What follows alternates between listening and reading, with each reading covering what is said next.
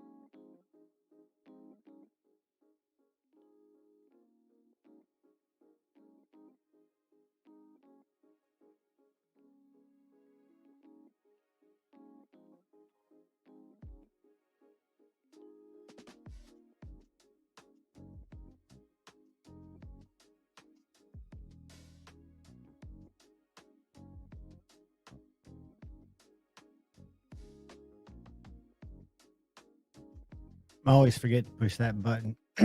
What is going on, kids? Good to see everybody on a Taco Tuesday, treacherous Tuesday, tumultuous Tuesday. Good to see everybody. We've got channel member Chris229 in the house. We got Colby in the house, always here. Love seeing you, buddy. We got Donnie Bless Knives in the house. It's an honor, my friend. We've got Clarissa Juarez, channel member. Good to see you, buddy. Lee Wolf is in the house. Good to see you, Lee. We got Joe Isabella, channel member and awesome contributor of Killer Jank to the channel that usually I keep because it's too cool to pass out. Some of y'all have gotten it. Paul Mills will be back in a few. Good to see Paul. Marco, what is going on, brother? Good to see you, man. We got Ground Fog, who was here earlier. And I think Cole's still alive, so we'll just chill. Tuesday nights, and I hope y'all can hear me all right.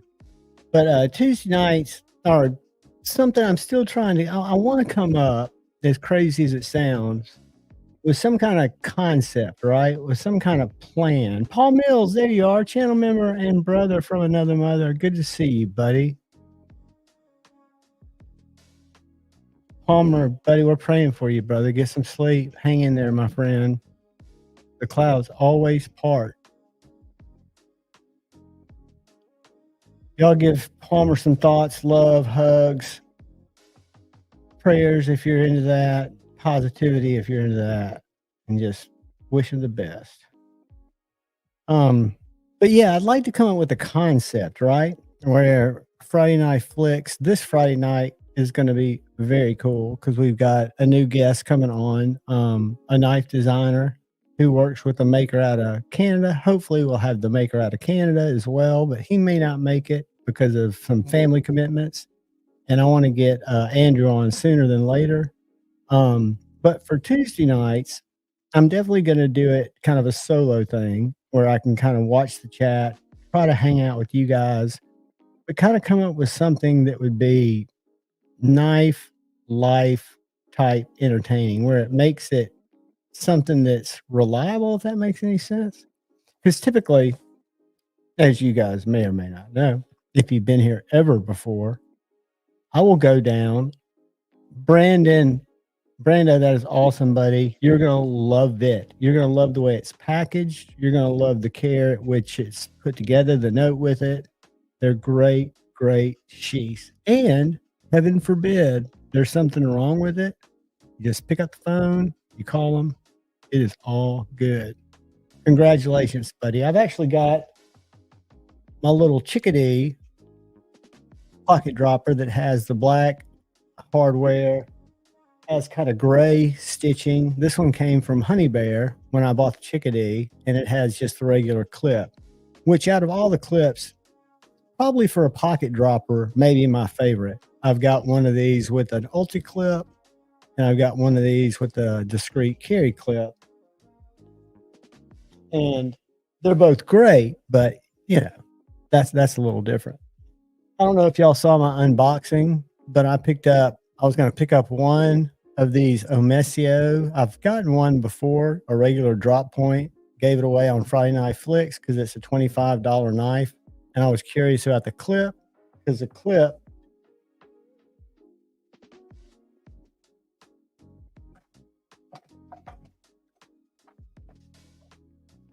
I forget who makes this clip, but I bought this clip on Amazon for like $35. It's the most expensive clip I bought. And to be honest with you, it kind of sucks. But it's trademarked. So these knives are both very original, but the clip, even though it curls up and it's a little different, seems to be inspired by, if not a copy of this. But that's a good thing because it's marketed as a neck knife and it comes with a little titanium chain. Oh, yeah. Brando, awesome, awesome guy, awesome crew. If you get somebody in their little facility, I think it's mainly just him. He's awesome. But these little guys, I'm curious to test out, and then I'll give them away. But they're D2, they're G10, they're small, and they're $24.99. This is my favorite. I don't know if you call that a Nessmuck blade, but that thing is a paper shredding machine. And again, for me, it's just a really comfortable grip. And I'm a small EDC fixie guy. And since I'm not buying or able to buy a lot of nice knives like I was, I'm looking at some different options just to get an idea. Like, for example, this knife, which was actually sent to me by CMB Knives, the people that made the Predator, that Axis lock that was pink canvas micarta. I ended up giving it away. But this knife is D2, G10. It's got a flipper tab. Just right now on sale on their site for $25, and it's on sale on Amazon where you don't have to wait for it for like $30, I think. So is it the most fantastic knife I've ever experienced? No. But is it perfectly centered? Cuts very, very well, very sharp, has a backspacer, has that deep of a carry clip, and it's under $30 for a full-sized knife. So I thought that was kind of cool. And then I don't know if any of y'all saw this. This is another CMB they sent me to check out, which I've never in my life checked out a Karambit style knife. But what's unique about this knife is it's got contour G10, and it's got kind of rough milling there, and it's got micro milling there. But you've got your little pinky dealy. You've got a front flipper that reveals that little hawk bill, or you've got the fuller on the blade. on bearings, just breaking in. But the ring is integral to the backspacer. Knife Eclectic, what's going on, buddy? But this is the first time I've ever handled one of these. And the only thing I can see it being good for, and I'm sure it'd be good for cutting rope, for cutting shrink wrap, if you've got a bunch of shipments coming in. But the way that this little swoop right here fits my hand, this thing is a Slurpee saver, guys. I'm sorry. It's OS 10A. It's about, I want to say $50, $55 maybe. On their website. I haven't seen it anywhere else. But I'm not a Karambit guy.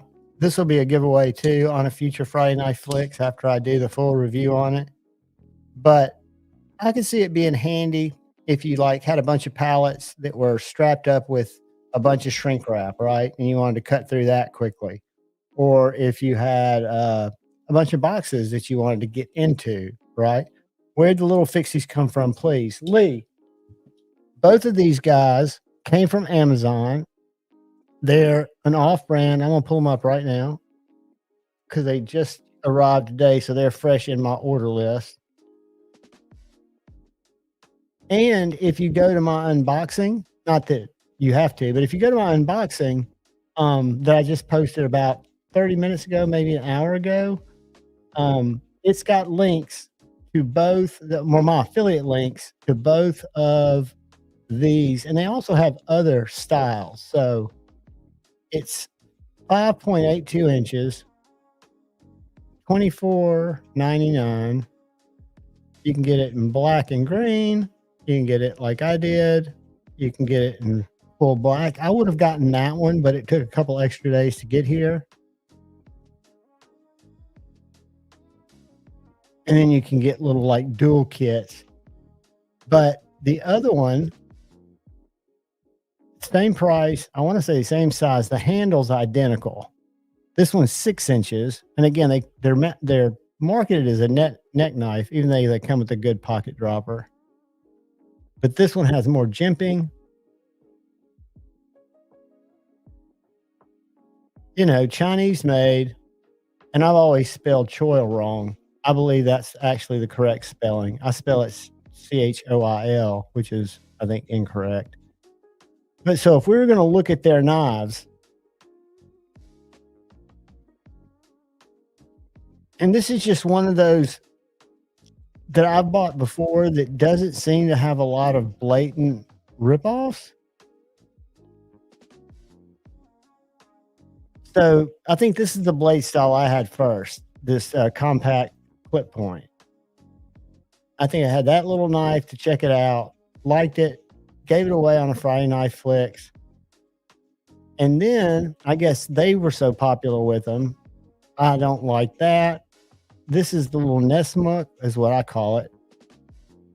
This is the Tanto. And then I've seen good things about this knife, but then there's this one right here. Looks interesting to me. I almost got it, but I'm not a thin blade guy. This one is, I want to say 7 inches. You know, more of a, 7.06. Has a tech lock instead of that other lock. More of a, I guess, small game. Reminds me of my White River small game or my little, what's it called? Fuck, I can't even think of it now. This is a good knife. It's a bigger knife. I've got the D2 version, and I think the D2 is down here. Hold on. Only $3 less. So I'd probably go with the Nitro V. But I did see, and I said on my review, that I thought they needed to make inlays because these come right out. And they are making inlays. I've seen it all over their Instagram posts that they're doing titanium and all kinds of stuff. But that Omesia, or Omesa, however you say it, scroll down. I wanted to buy this knife, except it's 7CR13, just because I like the grind, but I never have. And it's got awesome in the name. But anyway, that's where it came from, Lee. They came from Amazon, and they will both. Bama Ninja Timmy, what is up? Long time no see, brother. Do you think so? Which one looks like an Essie? The Nesmuck or the? Now, I can show you. There's a Amazon company called J Brother. I've gotten some really nice slip joints when I first got into slip joints. Oh, let's go. Yay, brother. And I think this little knife looks just like an Essie Kendiri, and I've had it, and it does, except for it's much thinner.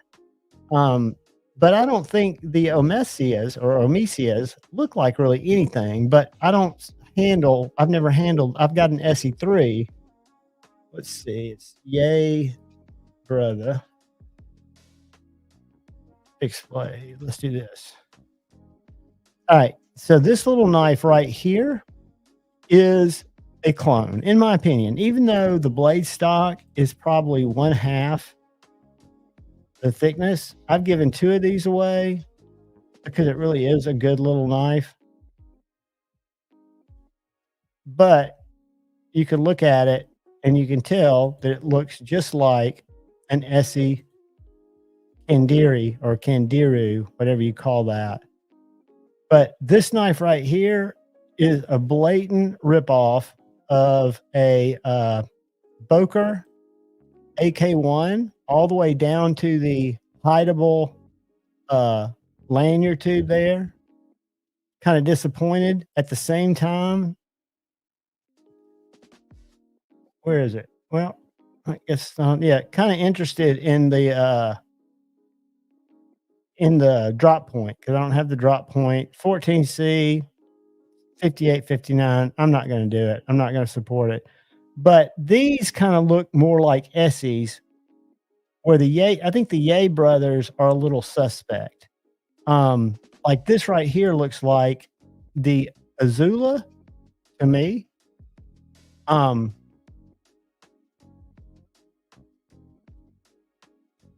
That looks like a White River small game.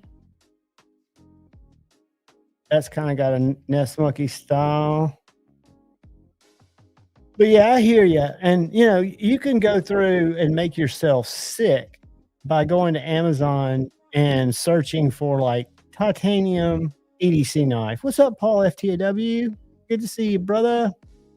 But you can make yourself sick, Joseph S., because there's so many knives that are being copied. I'm in a group on Instagram of some other YouTuber guys, knife guys, and they were talking about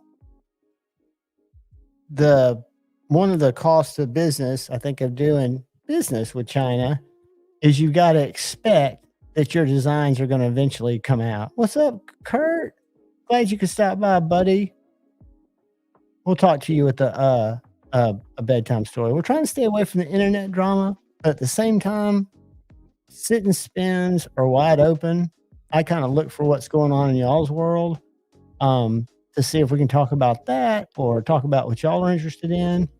Also, talk to Kyle Coonley. I assume you guys like me are interested in sharpening.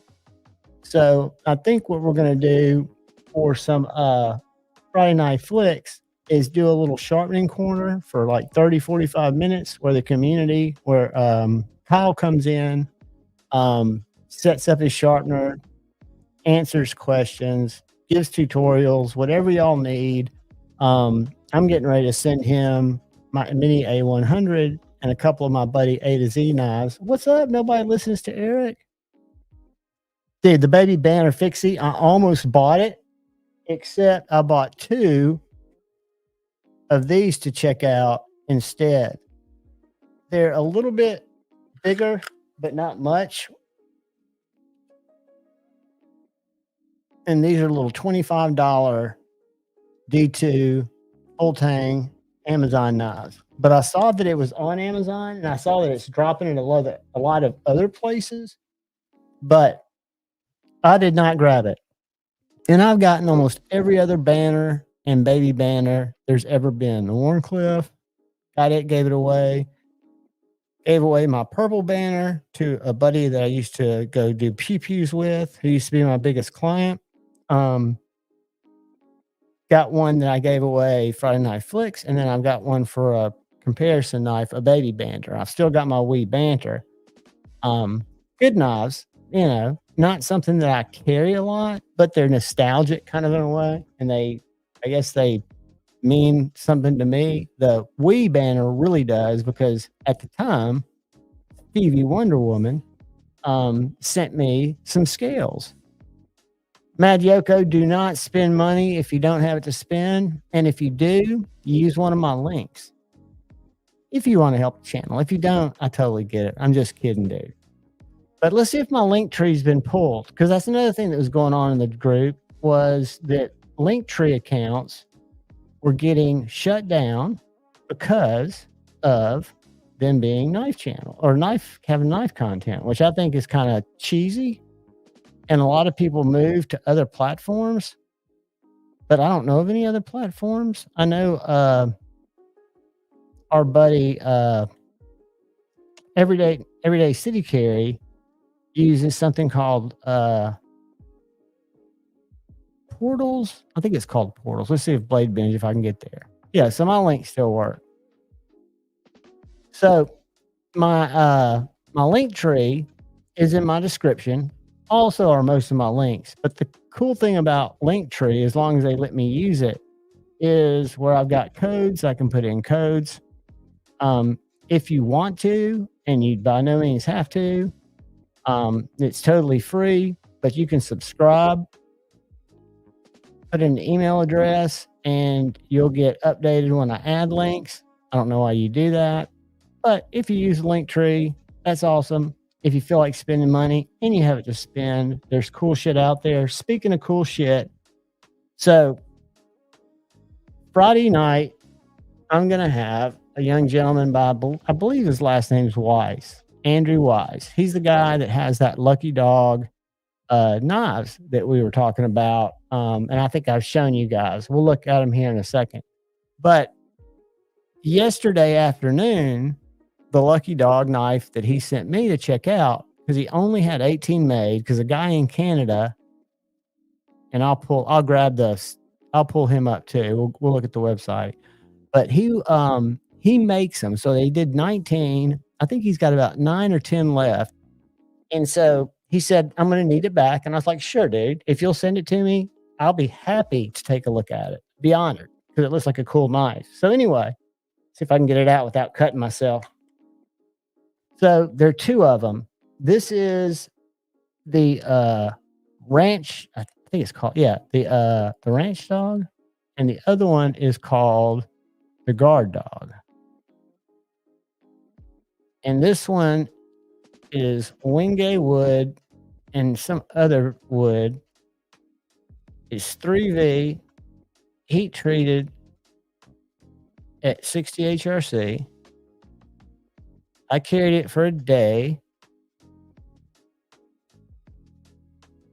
Sold a knife to a buddy locally and bought it. It was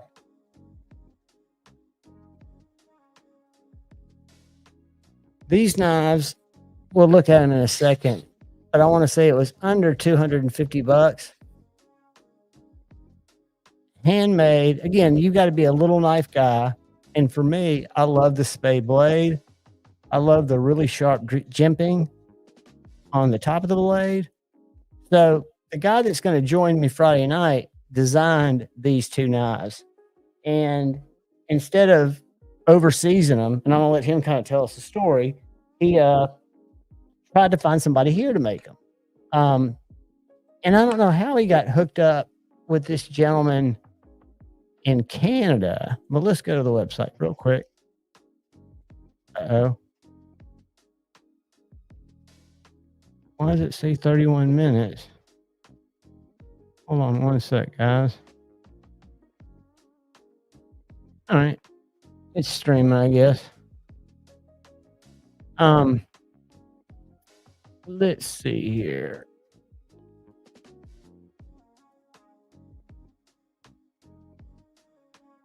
I wanted to hear his story. That's kind of why I wanted him. I thought the knife was cool, and it's his first design. And what he's trying to do is get these moved. And the reason he did such a small run is he wants to turn it right back in to doing more. He's got more of the ranch dogs. I really like this one with that. What do they call it? Some kind of micarta.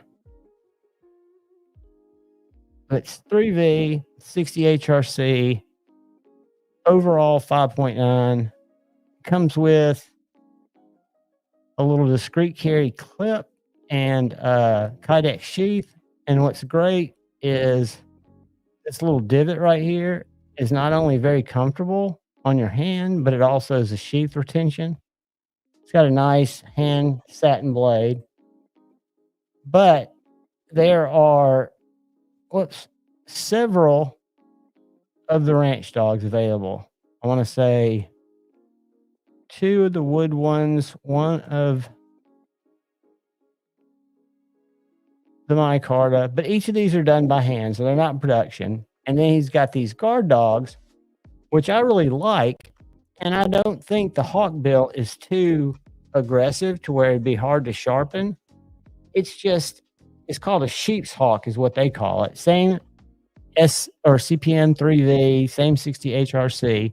So the designer who's going to be joining Friday night is Andrew Kidd. And then the gentleman who makes these is David Mary Customs. And Andrew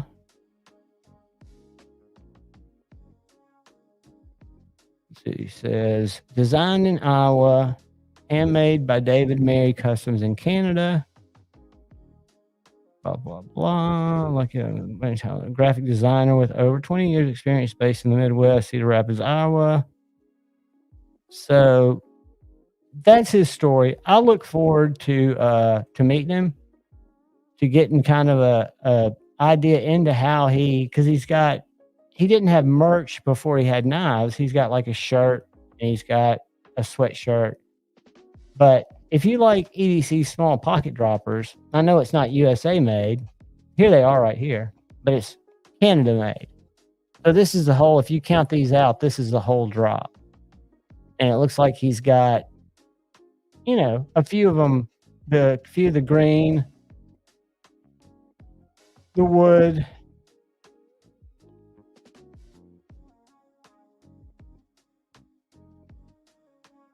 but he has them water jetted, and then they're put together and he's doing more stuff.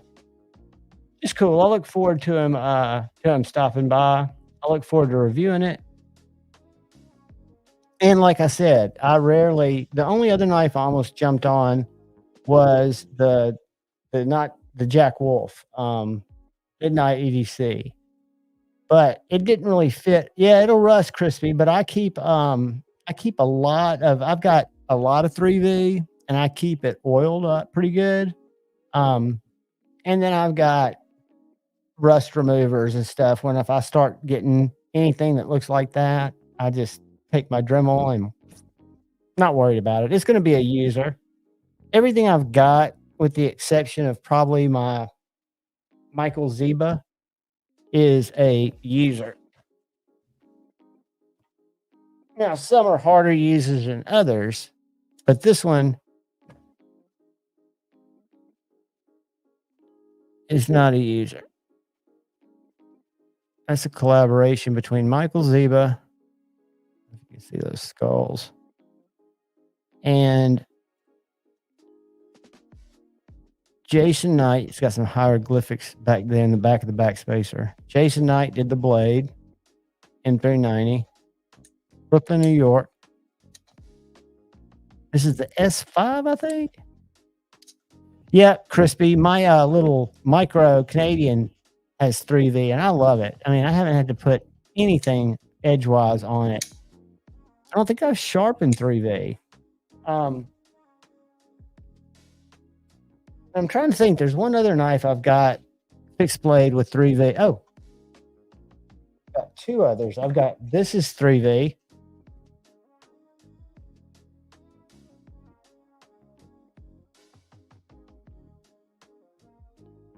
I don't know if you can see the 3V stamped right there. And then my little Simpleton, which is also a servant knife.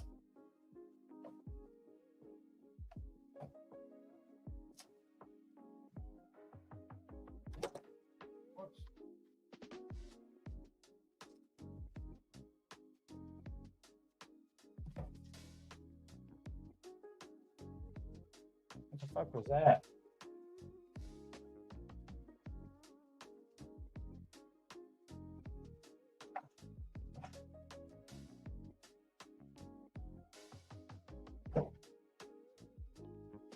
And that little servant, Simpleton's 3V too. And I haven't had any trouble with them. And my house for a while got really, really humid during the summer. And I had to get some early corrosion off several knives that I had to take apart.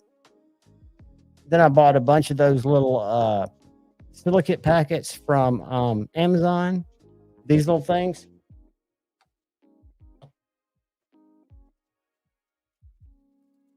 And I keep them in my cases.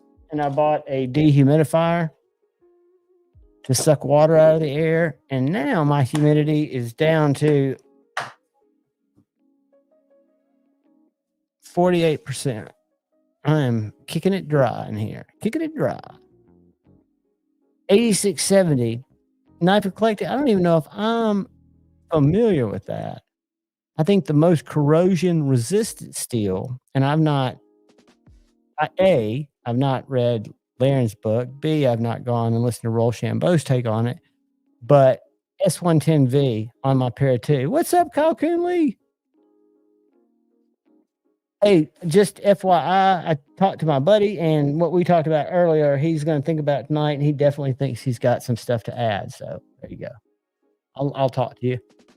Rolf Robertson, good evening and welcome to Insomniacs Sit and Spin, where we talk about knives, when we talk about life, when we talk about EDC, we talk about community members, we talk about life, dude. Good to see you, buddy. Welcome, welcome, welcome. And we do it late because A, it's a time slot that's open, and B, I know there's some people like me who sleep irregular hours. And I know there's also people across the pond where it's in the morning. So one of these Tuesday nights, y'all are going to log in, and I'm going to say I'm going for 24 hours. I'm going till Wednesday at 10:15 p.m. And it's going to be kind of like I'll tote it as a subathon or something. I was going to do a nice rights fundraiser, but I don't want to do that on my own and keep up with that shit. I don't want to keep up with all that shit. Well, Rolf, we'll be here for several hours. We'll be here for at least a few more hours, couple more hours. And like I said, I come to life at night. I do have a couple of videos to make later, but I'll stay here as long as y'all want to hang. Roman M, what's going on? Welcome, welcome, welcome. Good to see you. Yeah, other content. I've got to send Carco his knives back, but one of his knives, the ADV, is I don't know if I can reach it. I don't have it out here because my buddy, local buddy, bought it. All right, let's check this out. Let's check out Knife Eclectic's link. Let's see if I can get to it by clicking on a link, which I probably can't. Maybe I can. Yeah. Boom. Share this. Ooh, it looks pretty nasty in a good way.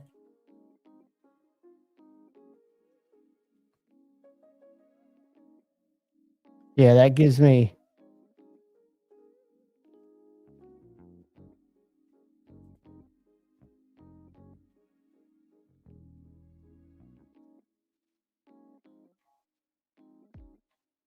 $299. Those are nice knives. How big are they? Let's see.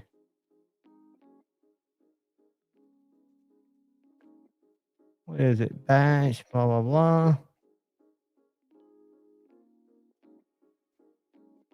Coverts.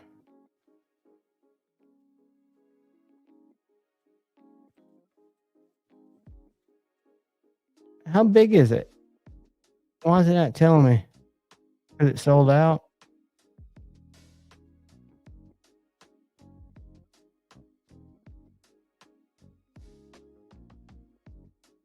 The Covert Unicorn Edition. The Covert. I'm assuming the Covert is a little one.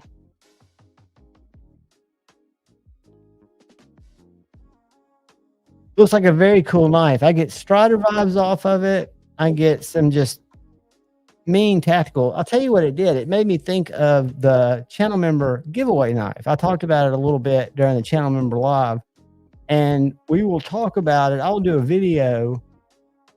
What's the date? Yeah, maybe we'll do it Friday night. But what it's going to be is it is going to be a USA made Tanto Sig Sauer K320. Never been used, super sharp. There'll also be a regular giveaway, so fret not. But I'm going to put up a video where I want the channel members to all go just leave a comment. Let me get the knife so I can show it to you. Bear with me.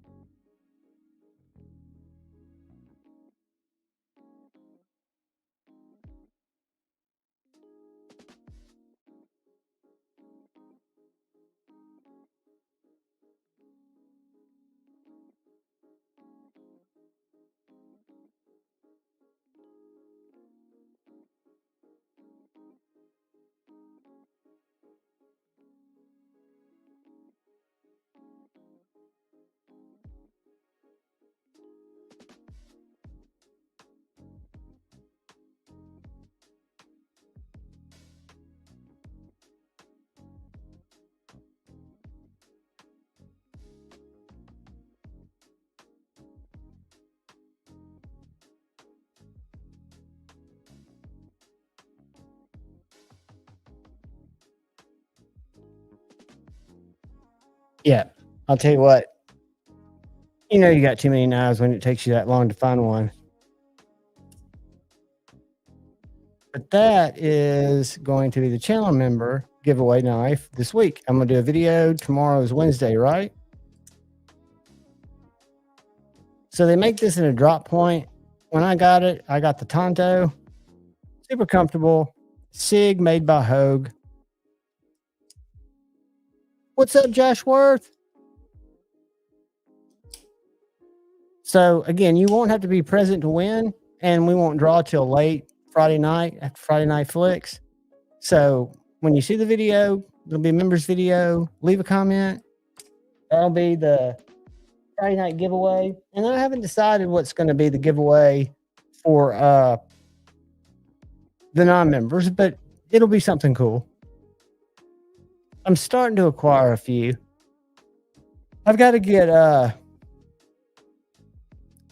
Kaiser on the program a little bit more.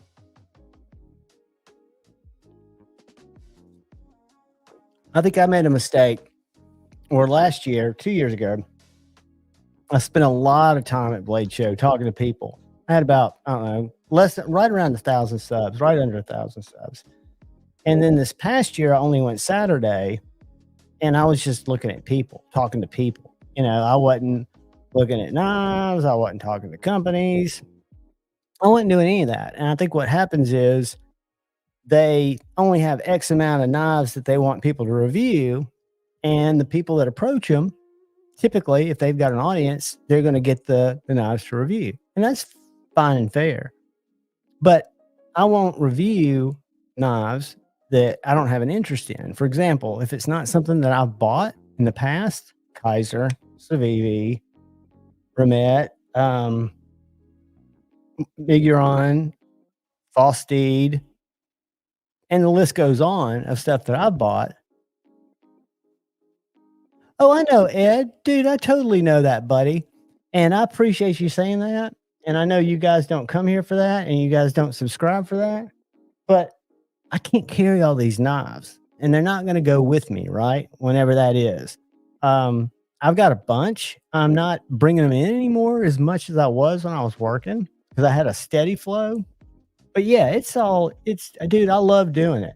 That's why more than anything, I would like to have more companies send me stuff to review because it's just stuff I'm going to pass on to you guys. Bless, I don't need, I could literally wean down to about that many less, but I enjoy them. To me, it's just kind of it's twofold. One, it's content, and B, before it was content, I just love them. Even though I don't use them as much as most people do, I'm just kind of a collector guy. So some people, it could be Pokemon cards. Some people, it could be ex-wives. For me, it's knives.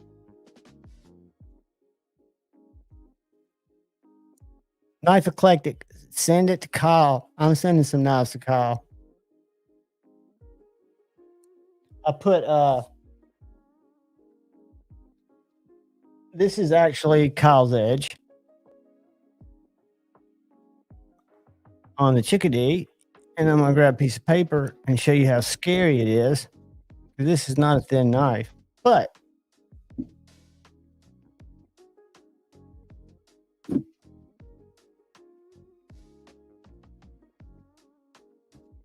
should have brought my other coupon book over here.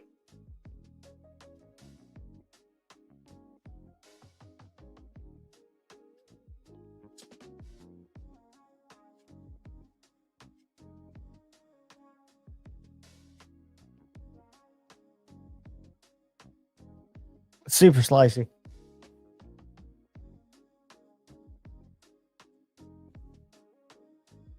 Yeah, I'm going to send off my A100. And actually, Kyle, I am right around a little bit heavier than I was when I graduated high school, but not by much. I've always had this really whack metabolism. It went a little weird. Like right when I graduated college, I went through what I would call my big stage, which for me was 155, 160. But dude, I'm a 120 pounder all day long on a good day. But, typically it's somewhere between 115 and 120.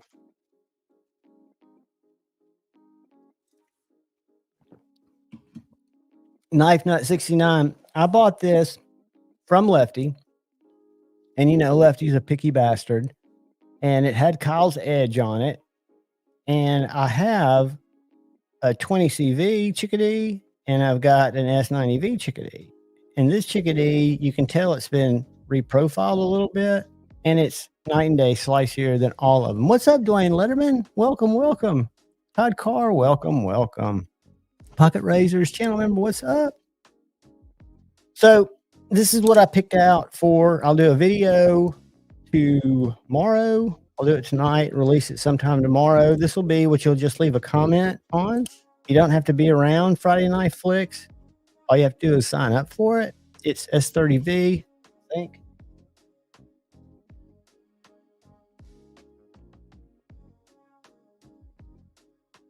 Yep. Treated S30V. It's the K320 Tanto. And talk about slicey as F. I should have brought some paper. Let me grab this big ass piece.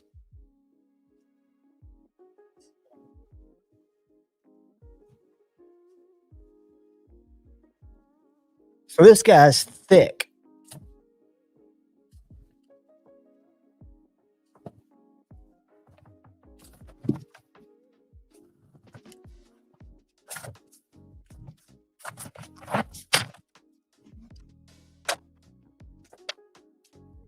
That's cutter error.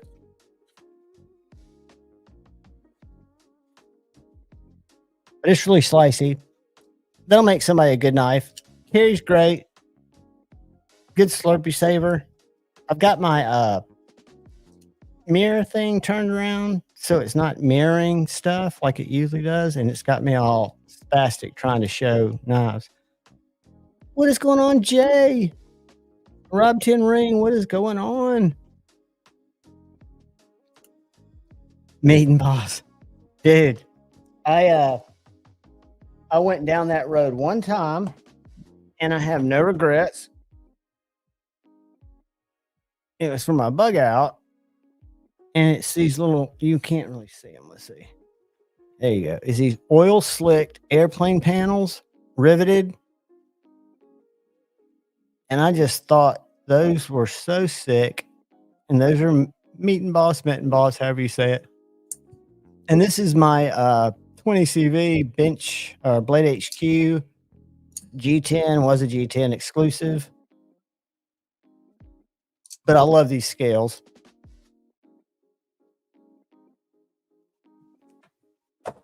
They kill it, but they do want your money. They are very proud of them. And I guess it takes a lot of time because that's more than just an anno job. I mean, that's got some, it's got some other stuff done to it. And then I did a review on a knife that my buddy A to Z bought.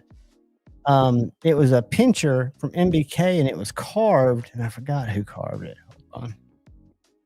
Let me go back and find it. I won't pull it up, but I can tell you who it was. And this thing, this guy also does PPs, but he hand engraves all this shit. And this knife was less than 2K. And everything I've read about this guy, it takes him about 60 hours per knife. Bruce Shaw. Have y'all heard of Bruce Shaw? Are y'all familiar with Bruce Shaw? Whoops. I was not familiar with Bruce Shaw. But Bruce Shaw is this guy.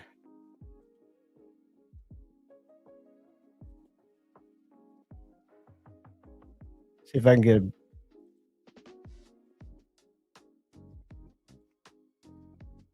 I want you to see how deep the engraving is in that pincher. Whoops. Why do I keep taking it off screen? Is that not beautiful? Again, I'm not a fan of the knife, a flipper only knife. I mean, that's a Laconico, beautiful. But when you look at that's engraving on a whole other level, in my opinion. Even though I can't show it, I can't get a picture of the goddamn thing. There it is.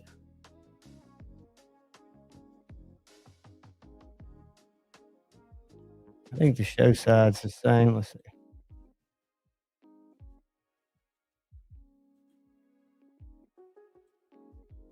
Where's the show side?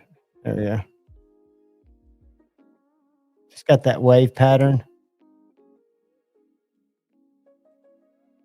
But it is a gorgeous knife. Good night, Kurt. Jake Horse Cotton, what's going on, brother? And y'all look for that video. It'll come out sometime tomorrow. Hell, it may come out late or early in the morning before y'all even get up. Depending on how late we go tonight.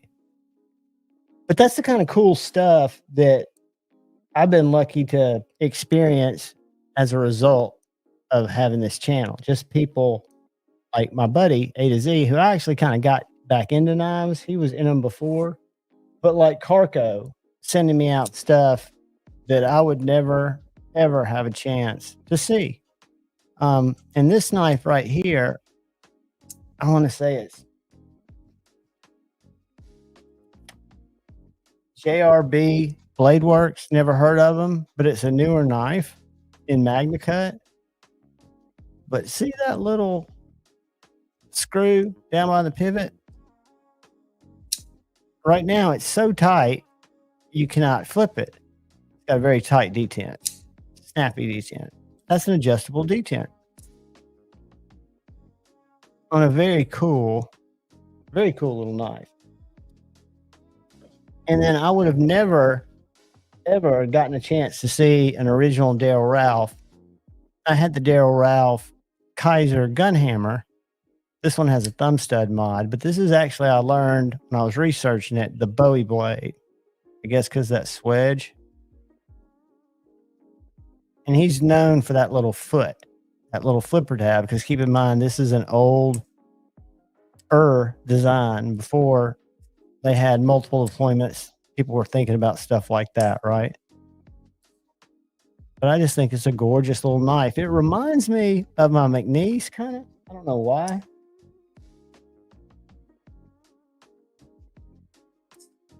Maybe it's just the size of it.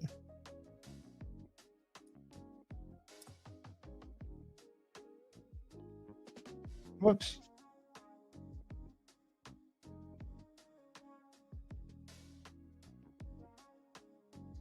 Bless, what would you use? Could you do that with a little Dremel, or do you have to have a special tool, like a special type of engraver?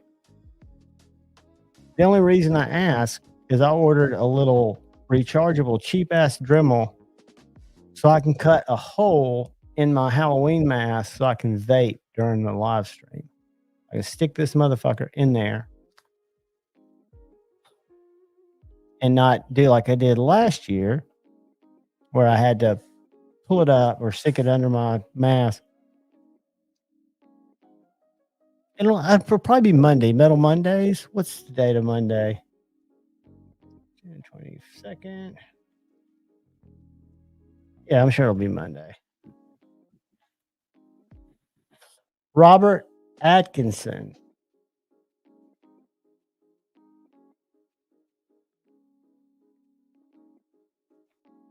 Robert Atkinson.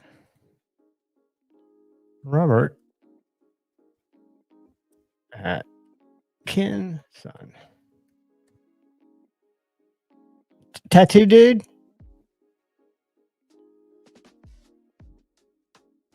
Oh, yeah. Hey, let me ask y'all something. Have y'all, I know you know who Jason Grant is. Have you ever seen his Instagram page, Jason Grant Tattoos? Jason he's got 30 years? Man, this stuff is next level. What an artist.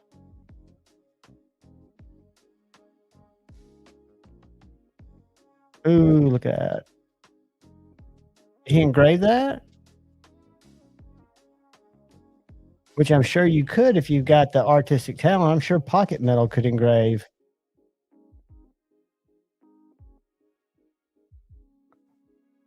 That's beautiful stuff. $900. Which is very fair, because I guarantee you that's a bunch of hours. A bunch of hours. So mainly Spyderco's, huh? I guess they're a good palette. I'm looking at his tats because I'm at that late middle-aged crazy stage where I'm all about a sleeve.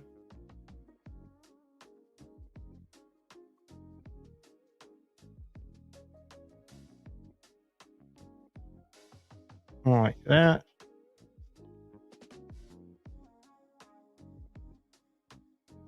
Yeah, this guy's good. That's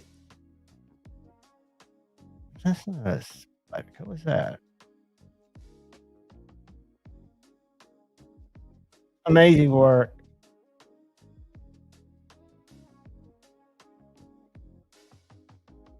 Let me show you one more.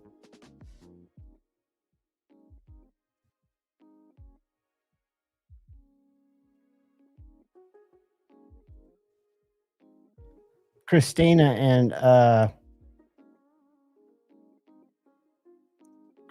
and Peter got tattooed by Jason.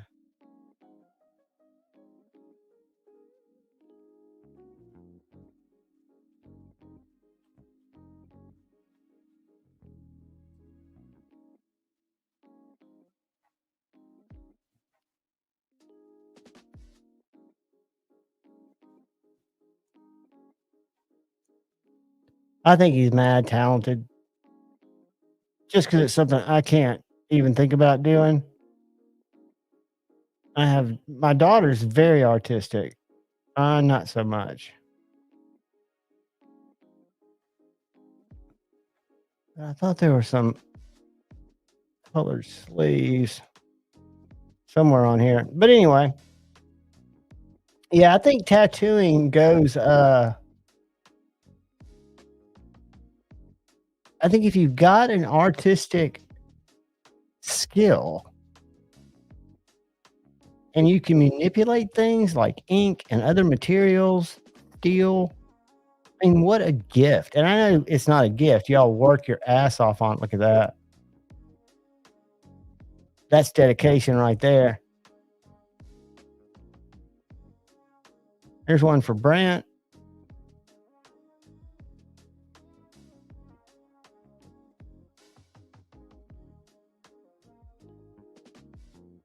He did Ryan.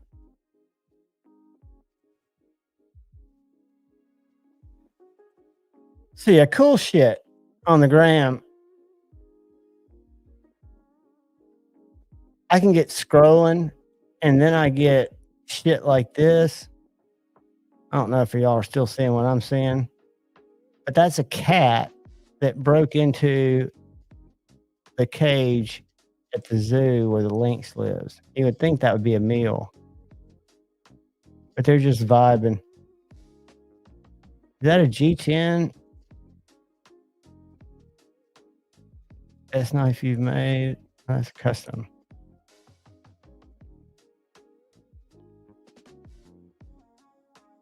Ballsy.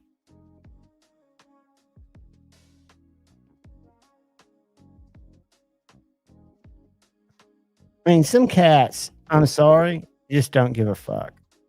They really don't. Really, really don't. I don't know if y'all seen Crufts, but we'll get off this in just a second. But Crufts is so fast, the cameraman can't even keep up with him. That little bastard is on fire. Look at him go. If he ran into something, he would have traumatic brain injury. He's on coast. She can't keep up with him. He doesn't need to be told where to go because he knows where the fuck he's going. He does not care. I'm sorry, that was strong. Go Cuffs. Look how big that course is. He just ate it up. Unlike them, see, Frenchies aren't as graceful. He underjudged it, and his buddy didn't hit the brakes. Double fail. Has anybody here, now that we're looking at it, checked out a Fireball? I checked one out at Blade Show. What's up, Addicted to Blades too? You know, and I think, Donnie, you're saying something very, very true. What it takes is you got to be willing to step into that unknown, which takes confidence. It takes balls. And some of us have always played it safe to our detriment. But yeah, you've got to be willing to jump off.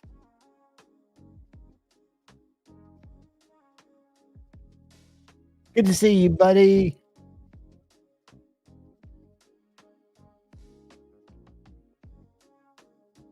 Hey, man, he is a good guy. His heart's in the right place. Yeah. The rain is your knife of the year. Knife Eclectic, do tell. Put something up where I can pull it up. If I pull up REYNE knife, REYNE knife.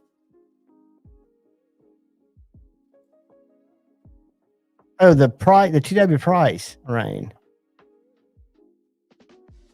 So is that like a Dawn with the flipper, or is it bigger? Whoops, I'm not sharing it. Damn it.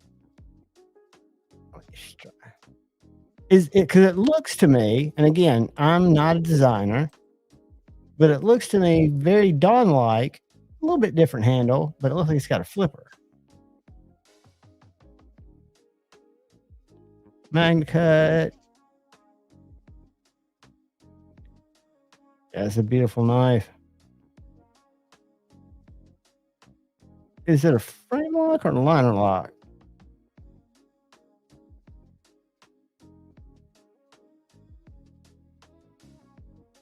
Frame lock or liner lock.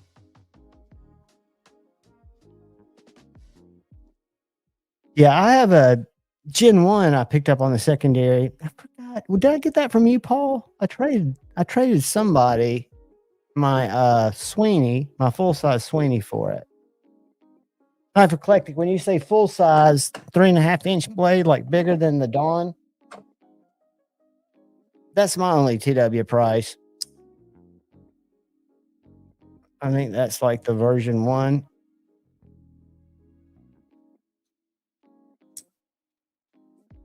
Oops. What, you, Paul? I've only traded with a couple people. Maybe it was Tree Stab and Troy.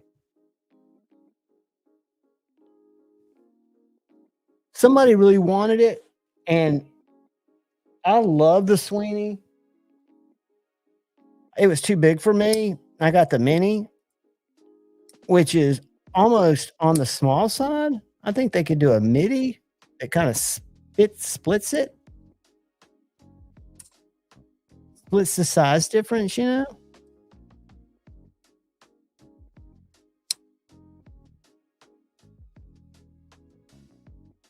Todd, I think you just got to be dedicated, buddy. I think you've got to, once you put your mind to it and you know you've got something that inspires you, because I've told my daughter, because she's super artistic, if she draw it, I would get it inked, you know, and I could probably sit through anything to get something like that done.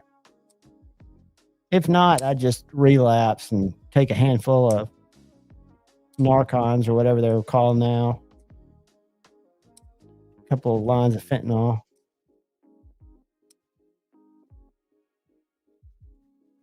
I'm kidding. Once you get sick and go cold turkey, that's a big deterrent for me. I don't know why. It only took one time of going sick, knock on wood, so far. I mean, I'd gone mini sick, like sick for a day, sick for 2 days, which was horrible. But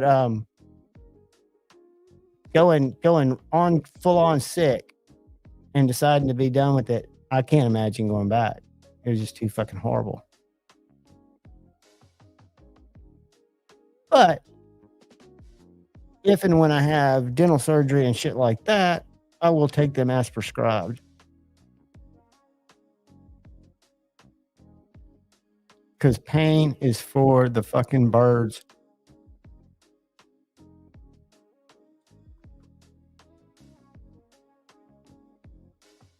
Speaking of,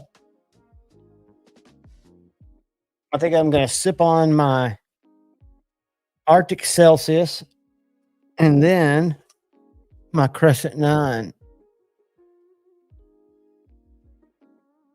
which is 50 milligrams. Strawberry lemonade. It is delicious. And it will make you sleep like a baby. It is better than a warm blanket.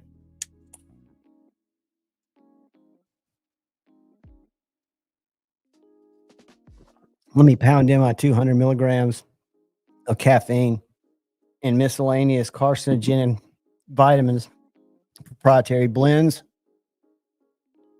Let me find a creepier background.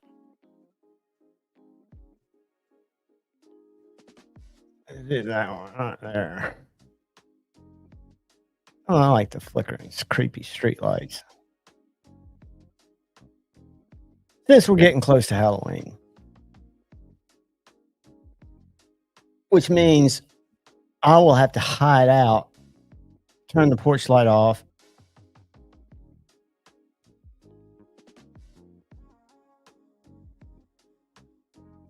Let's make that go away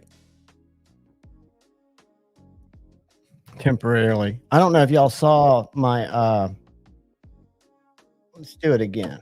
Hold on one second. I'm going to give y'all a special effect, a pyrotechnic treat, but you're going to have to just bear with me. 1 second.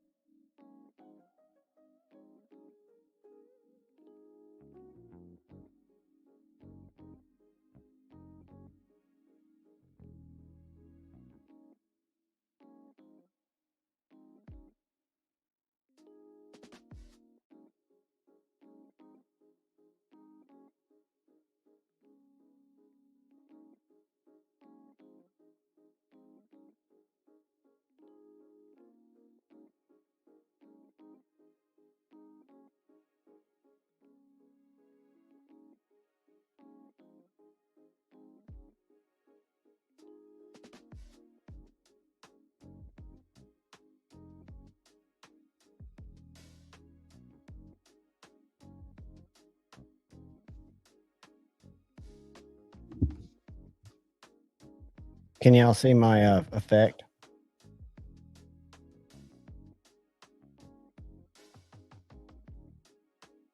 Check out the little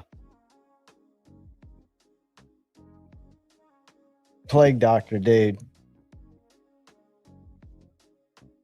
Little plague doctor's an incense burner. And he's got smoke just billowing out of his eyes.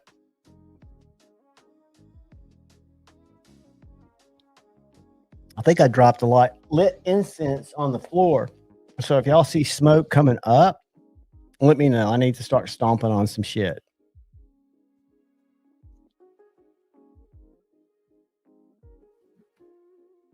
So yeah, that was a lot more work than I expected. Too much work, too little effect. But Ace Frehley got away with it.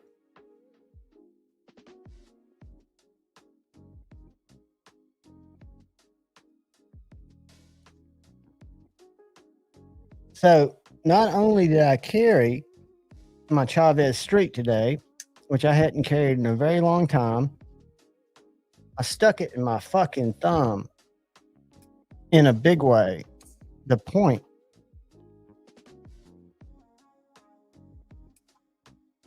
Right up against my nail.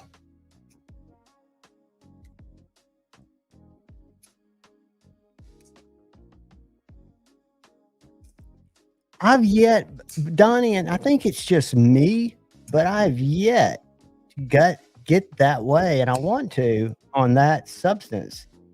Like I said, the craziest I had was waking up in the concourse in LaGuardia when I thought I was supposed to be in Detroit. However, I had my smartphone and I was where I was supposed to be. I just had no memory of it. And I do remember because it was during COVID or post COVID. And I remember I must have fallen asleep when the plane took off forward, like where I was like hunched over, kind of zombie like. And I remember the dude waking me up going, the older dude saying, "Hey man, your mask fell off." And I'm thinking, so? But I put it back on.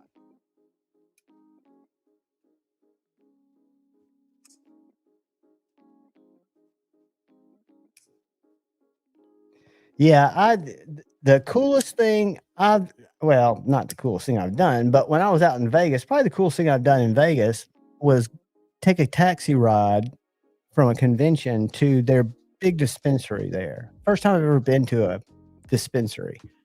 And I was more amazed looking at everything under the glass because it was like a big jewelry store where you could see all the flour. But then they had all the concentrates, all the carts, and then they had a whole area on the foods, and the different because you'd get assigned a bud tender when you walked in there who would tell you all about the shit. But the strongest thing they had that I almost got was the Rice Krispie treat. It was like $85. It was big. It was one of those big Rice Krispie treats, and I was looking for something that'd be easy. I thought at the time to take on the plane, but by the time I had like 8 hours till I had to leave for the airport, and by then I was so paranoid, I just figured I'd get rid of all the evidence before I got on the plane. And it was weird, but it was never what I would consider similar to the spirit world that I have dipped in and out of quite frequently.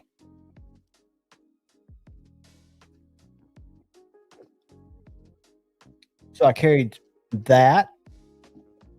I carried and used because today I had to refill my dad's pill dispenser, and all his pills come wrapped in these little individual pill packs because he used to be able to manage it. Use my nip slip, glow carbon fiber. You cut those open. Take fucking more. Oh, I know it can't hurt me, blessed knobs. I would, buddy. Trust me. I am not scared of that. And that's something that I guess you'd call me California sober. Have been off alcohol and hard stuff for over 8 years.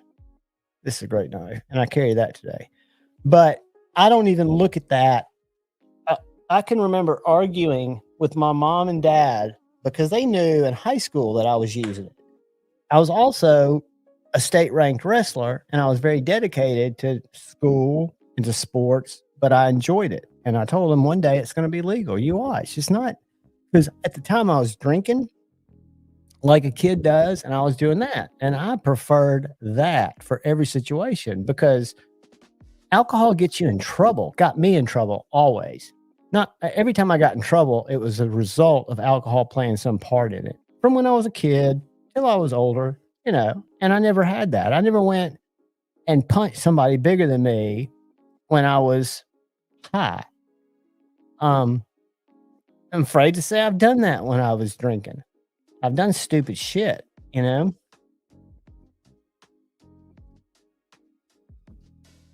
thing with hallucinogens. Kyle Coonling, I never won a state championship. I was 6A. When I was a freshman, I lettered 4 years in a row because I was one of 2 guys who could make weight as a freshman at 98 pounds. So you're close. My sophomore year, I wrestled 105. My junior year, I wrestled 112. And my senior year, I wrestled 119. I went up a weight class each year. And I don't know if y'all know Marco Scamma, but that badass was a heavyweight who was on the Olympic trials team. He is a freaking grappler. Yeah, Mad Yako, for me, and again, I'm so not envious, that's the wrong word because you shouldn't be envious, but I do think it's cool. There are a lot of people who can drink socially and turn it off, right? Um, I had a roommate who could do blow and put it away till the weekend, and I never understood that. It was just like, what the fuck's wrong with you? Um, Donnie, and listen to Shane tell it. And I know Shane's doesn't have the experience, but he evidently went through enough of a deal to in Atlanta 2 years ago to where he doesn't fuck with it anymore. Me too, Mad Yako. That's how I was. Only 145 is a tough weight class, Brandon. That's probably 145, 167. That's where the fucking beasts were. Now, little guys were hard to wrestle. It sucked for me because there was this guy named Chris David, this guy from Johnson, I forget his name, but there were like three guys that could beat me. And once they beat me, I was mentally beaten. And then my whole battle was to make weight, for 4 months or whatever. I would fight, I would practice in a rubber suit. I was always just fucking sucking weight. I could have done a lot more, and really could have. But at the same time, for me, I think it was good.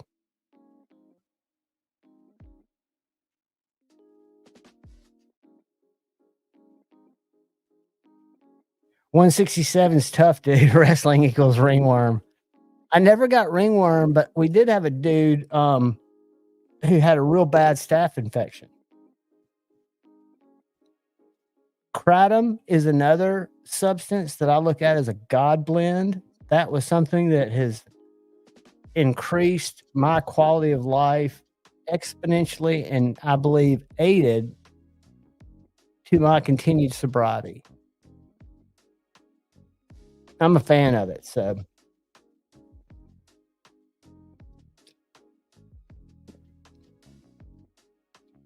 nobody, bless you're probably not.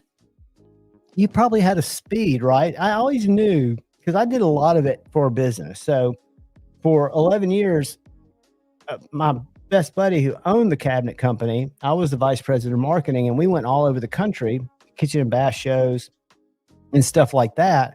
But we would entertain and drink crazy amounts of alcohol. And I can remember like my second or third crown would be perfect. I would feel great, but then I just wouldn't stop. I just kept ordering them. And I wasn't an angry drunk. I wasn't a sloppy drunk. I was the drunk that would, like, somebody would blow the candle out in my head, but wind me up. So I would black out, continue to run for, hours, never really have my boss, best buddy, say, dude, you did some crazy shit. Cause I would either disappear or I would hook up at the bar. I'd always wake up with, it was just fucking bad. And I didn't wake up with chicks, but I woke up with little bits of fucking an 8-ball that I would always somehow find. And I'd always be like $150 short. So for me, it was tough.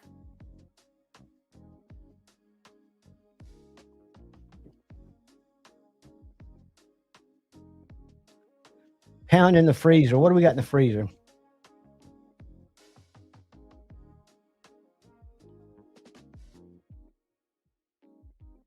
And guys, the whole thing about kratom or kratom, if you want to pronounce it like the indigenous people who cultivate it, it's all a dose thing. So it's a relative of the cocoa caffeine plant.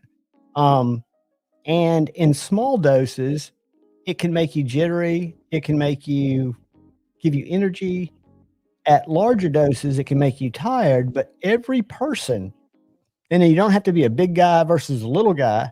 You've got to find your sweet spot. Everybody has their own sweet spot.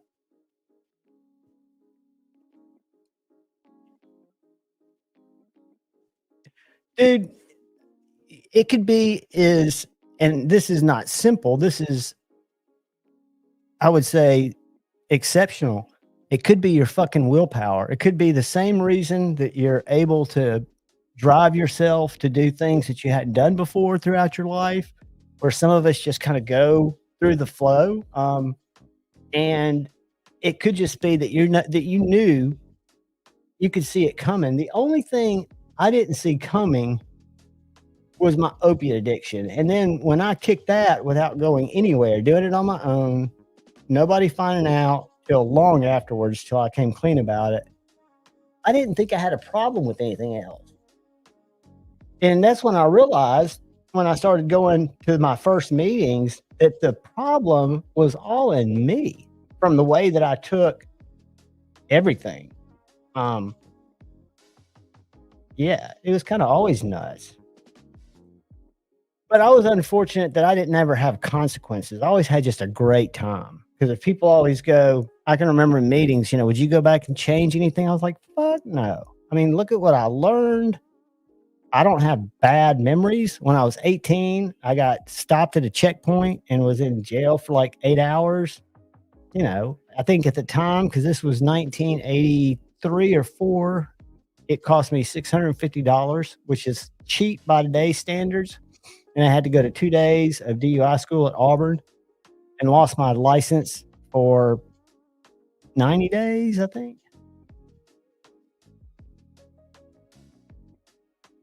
But that was the only trouble ever got in, except for fights, broken bones, stitches, shit like that, self-inflicted fucked up shit from doing stupid, crazy shit.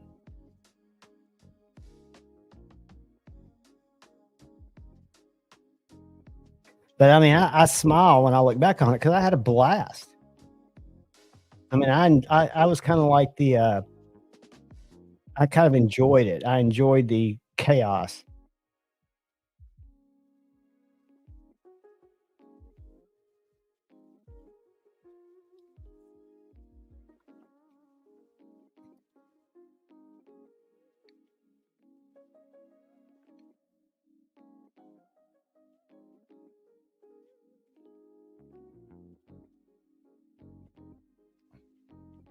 Have any of y'all ever seen or heard of pickleball? What's up, Double D10? Good to see you, buddy. Long time no see. Peace, brother. Jay, that's not a boring life. Dude, I think if you are predisposed to go through life completely sober, you are going to experience life, the good, the bad, and be able to cope better than anybody who uses anything medicinal to dull or enhance it.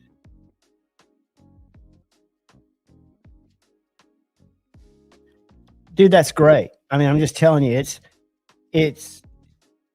I never thought, I always thought I was too smart to get addicted because I'd always avoid, like, there was certain shit, heroin was the only thing I'd avoid.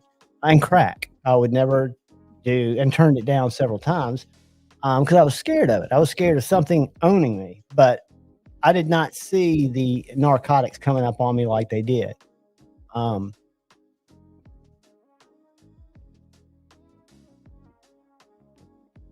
Dude, meth is shitty. I went to a gas station, knew a guy there when spice was legal. Bath salts were never legal here, but he had a pack of ivory white bath salts.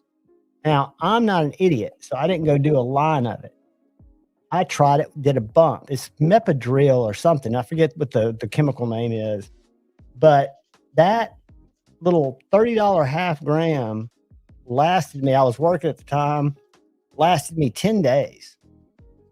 That shit was fucking fire. Now, I can't imagine if you went in and got it and thought of it and did it in, heavier quantities, because I'd like do 3 bumps a day and I'd be rolling. Unlike the other substance that I would have to do every 15 minutes, that shit was set it and forget it, man. Like a fucking sprinkler system at your house. You just turn that shit on and go.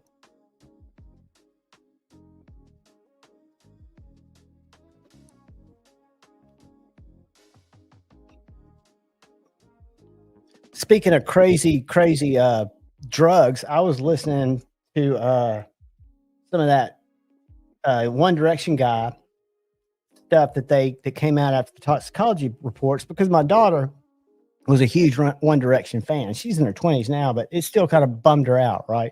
So I was listening to it, and he had some of that pink cocaine in his system that I heard about from the first time when all the Puff Daddy stuff was going on. But what I didn't realize is there's very little coke in it. It does have MDMA, but it has a lot of ketamine in it and some other shit. So that would make sense that the dude would be all jacked up in the lobby smashing shit and then just pass out. And then they carry him up to his room. When he comes to, he starts doing the drug again. And I mean, to me, that's like a powdery speedball. Blessed knives. Now, I've done snow caps, taking bumps on BTs, but I've never done, I can't imagine. I would think that just because the drip was part of the fun for me, I just wonder what the smoke feels like if it numbs you.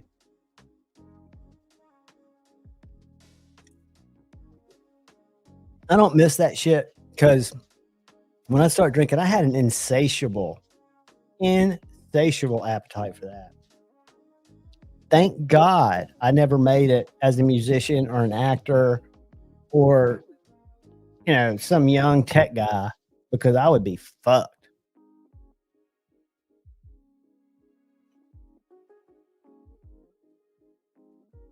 Yeah, I tried it in college. I tested it. Their situation happened here where I tested it, and it was just not for me. Brando, I kicked Red Bull.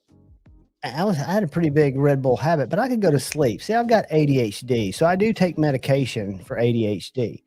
So stimulants don't affect me the way that stimulants affect people that have normal brains. I can drink a Red Bull, go to bed, fall asleep like nothing.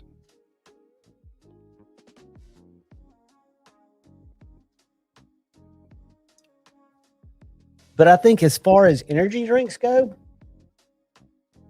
and I don't know about the Celsius that I've just started dabbling in, but because it's sugar free, but I think Red Bull's probably the most scientific, and it worked the best for me. Yeah, Brando, it's just different, right? I mean, it doesn't.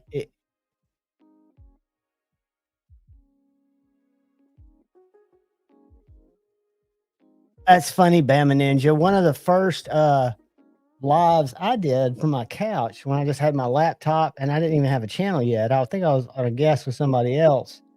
I had to go out on my porch and puke mushrooms and come back in and stay on for like 2 hours. It was during Knives Live, I think. Microdosing's a win, though. Big fan. I think it helps a lot of people.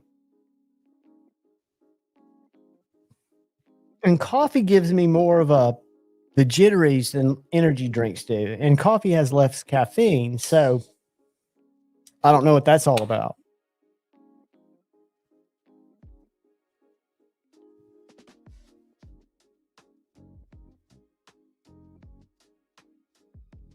That's awesome, Ed. Yeah, paranoid ones are not fun. And usually it's the scene, right? For me, at least in my experience, the scene could turn things sketchy or not sketchy.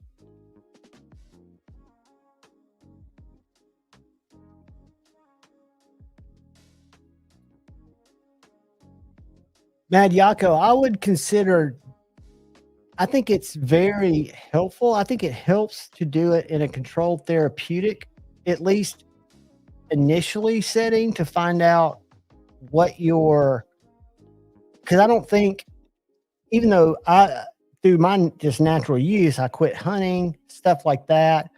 But I would think if if I was gonna do it for depression or to figure shit out, I would want it to kind of be guided to start with by a therapist. And if there wasn't a therapist, no, just go somewhere outside, somewhere nice and quiet, and journal. Probably the best way to do it. Just journal. Write your shit down and try to, really, I think when it comes down to it, therapy and all that's great. I'm a big fan of it. I don't use it a lot, but I think it comes down to making peace with ourselves. And I think some of those substances that have been around a lot longer than humans have a good way of helping us break through to some of that shit that maybe we've cluttered our minds with based on man-made conditions of the way we're living and shit, right? It's kind of a weird deal.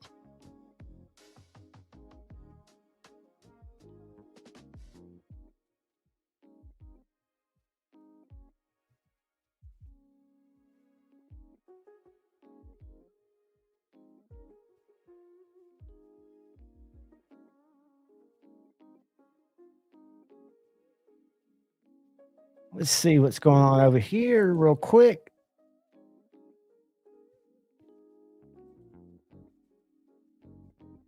All right. There is that nath. Why is it not letting me make it big? That's Rob. Rob's Nerdy Knives. I don't like the flipper tab. But teach his own. Keep in mind, I'm scrolling this shit looking for stuff like that.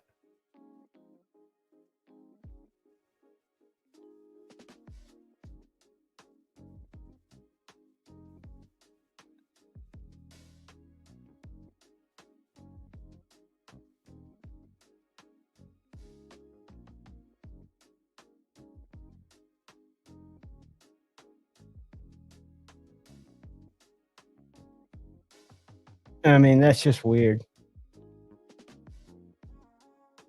Weird. I love Jim's pictures. He must have an old fence post out there that he whacks his knives into. Ooh. This guy's in Jackson, Tennessee. My buddy's got one of his knives. I met him at Blade Show.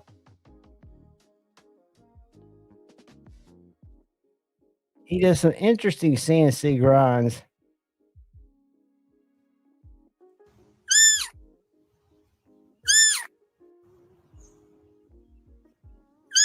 So if y'all ever hear that in the woods, there's a baby deer close by. There's Stabby. I hate these fucking color work shirts. Tell me this isn't the worst fucking color. I love her. I keep complaining about the color of the shirt. Mary Ellen? Like they give a shit what my opinion is. Real quick, I've become very acquainted with the smell of dead rats.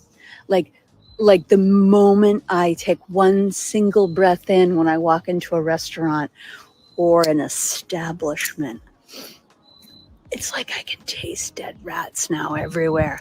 It's amazing. You'll love it. Everybody would love it. I'm actually having a ball. So today I was in a business.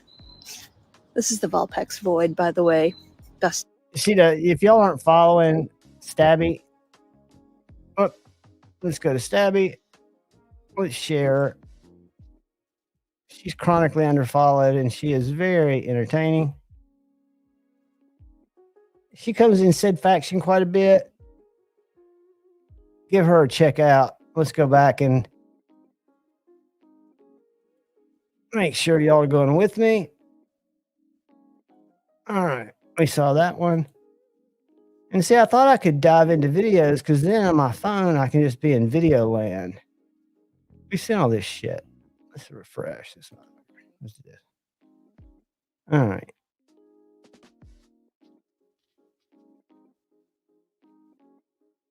Uh-oh.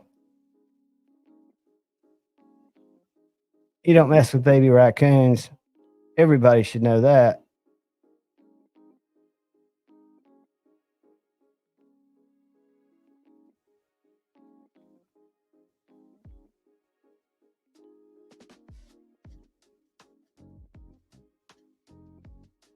They're actually cool animals. They come up my porch with my possums. Have y'all ever seen this guy? Whoops. Here in plastic bags that they say leaks hormone disrupting phthalates onto my food. Order yours cold then. I used to have OCD so bad around going number 2, I'd hold it for days, I wouldn't eat in airports, and I used to think famous pretty people didn't take dumps. Delicious. Don't be a pussy. That Arizona sky. Jesus. All right. We're almost done with this. We're almost done with this. The new Mint Laws, that's a great knife. I got one of the budget ones. I'd never hung out with it. But it's a really good knife. Snuzz Nuzz.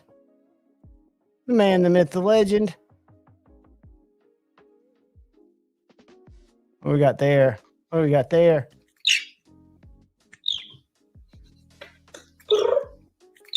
That drove me crazy. I couldn't sleep through that.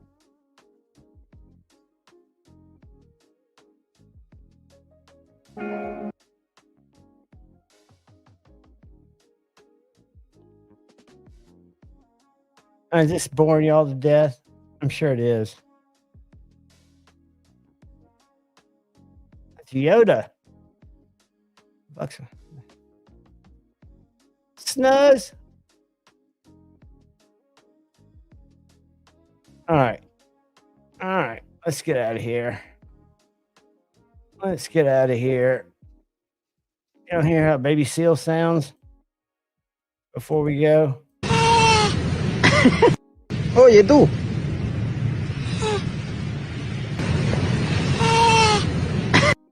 Yeah.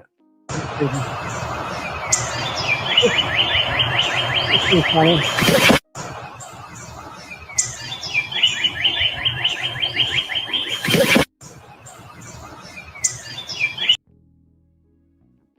Anyway, that's good shit.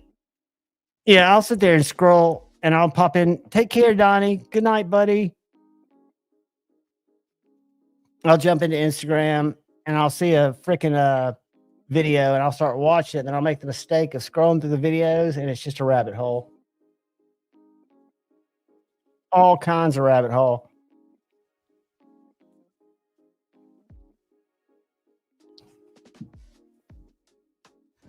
But what do you guys have your eyes on? What are you guys after?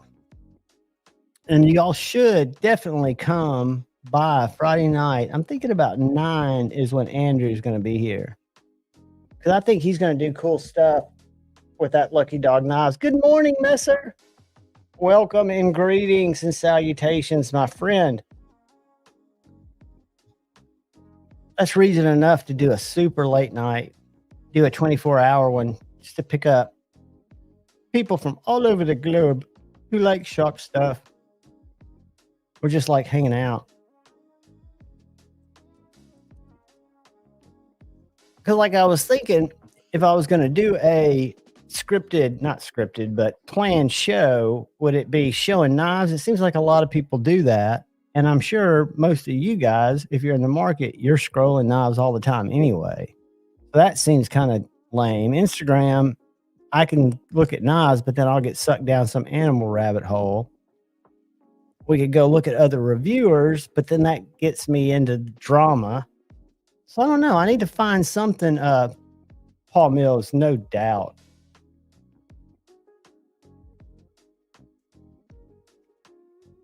Go to the old soda jerk. A Defiant from Blast Knife Nut. That is a good choice.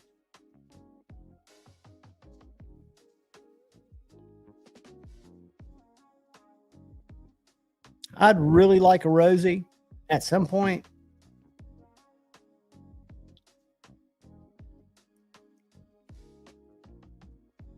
It is amazing I'm still alive.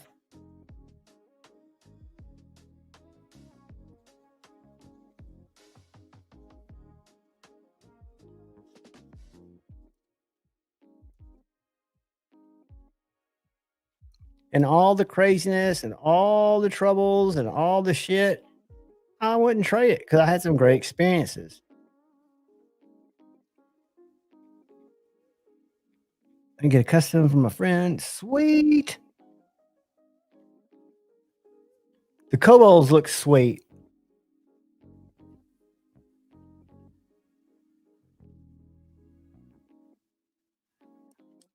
Let me show you guys, if you just came in and haven't seen the unboxing, which that unboxing that I just put up was getting crazy views. I don't know why. Let's see if it's still number one. Yep. 357. So anyway, I picked up these two knives from Amazon. They're D2. They are $24.99. That's a Tonto. Comes with a clip and a chain. And then this is probably my favorite of the two because this is a slicer right here. But these are little, if you have seen fixed blades, you don't know if you want to carry one, you don't know how it would fit into your, what's that, Major Powell? You don't know how it would fit into your daily EDC, if it would work out. Very economical way to try a small one at $24.99. And I've given those away. I'll give those away too after I review them. Yeah, Bam, Stabby is cool. She's super cool. She's funny. God, she's got a sense of humor that just works. Let's turn that fan on. I'm surprised Tippy had. Yeah, TKL. And did you see that that special that they were doing? Yep, the Op Striker. I don't know if y'all had a chance at Blade Show, but Tim and Suzanne Kell were some of the first people I met when I got into knives, and they are super, super nice. They're one state over for me, so they're real close.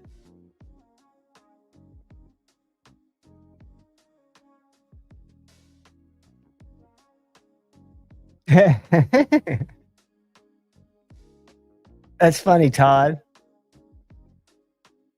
Yeah, I don't know. I don't know what's different light-wise. There's no telling. Ain't no telling. There's no freaking telling. You know what I haven't been doing? I haven't been fucking with my sound effects. I have. As a matter of fact, that is a great knife. The QSP Nestmock is another, it's under $40, isn't it, Messer? It looks like the handle looks like a duck, but it's not. I mean, it's got the same type of tall, flat grind. Looks similar to that, but it's a little bit bigger. I really like that knife. I liked the Berg blades fixie that they put out.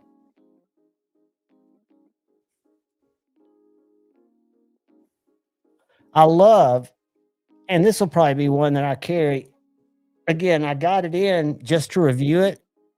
And then I got it yesterday. I reached out and bought it today. Still got to break in. The sheath is freaking retaining the fuck out of it.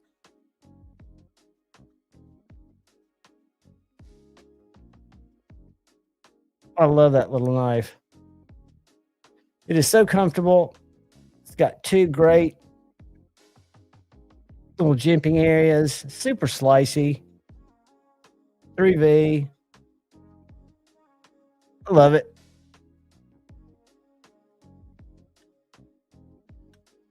But it has got some snap. It needs to kind of wear in. But it's got a discreet carry clip, and I don't know if y'all have ever used those, but I doubt I can get this knife out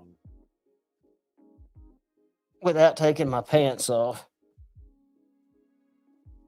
Nope, I did.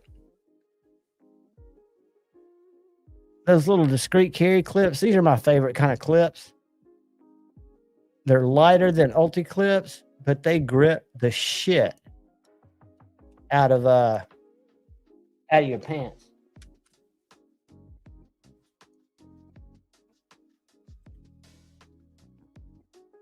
It's a great little knife messer, and the guy who designed it, it's out of mid part of the country here, and the guy who handmade them is in Canada.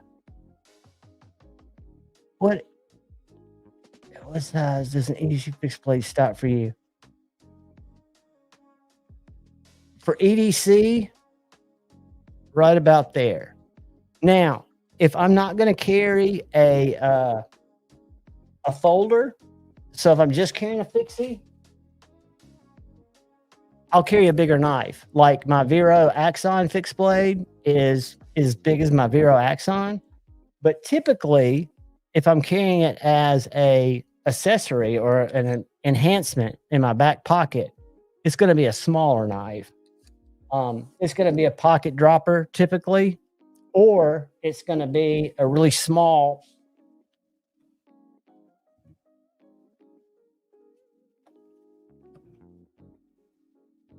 appendix carry that I put right to the right of my belt buckle.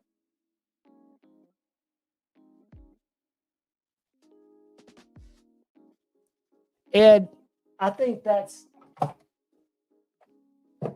a wise idea. And when I was working, I did that, and I was able to acquire some really nice knives by not buying budget knives. I'm kind of in a fix to where I have to keep content coming in. So even though I'm not, budget knives give me something to give away on Friday Night Flicks, and they give me something to review.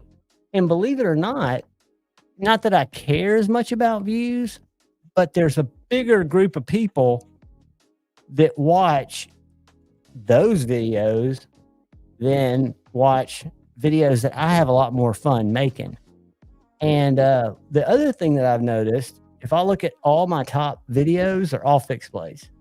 People are more into fixed blades, which I would have never thought, than folders. I always thought, folders were where it was at. But when I look at like what's the most searched knife term on YouTube, it's EDC fixed blade.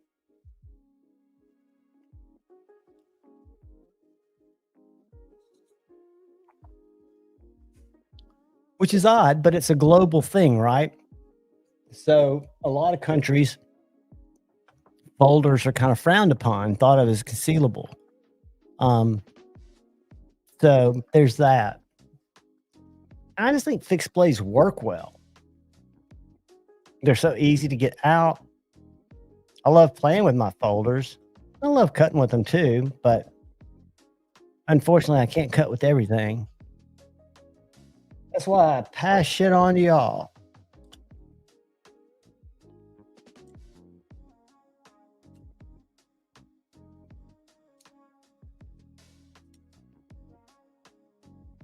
True, Ed. But just like Shane always says, you want to get what you're paying for, right? So even if you and I might never notice the difference, dude, that's awesome, man.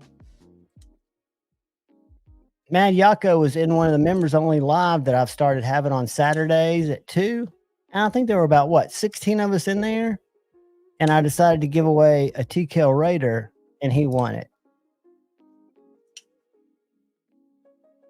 But I feel like since those are the middle of the day Saturday, I think like for this, I'm just going to do a video and all the members can just kind of leave a comment. And then we'll draw one Friday night.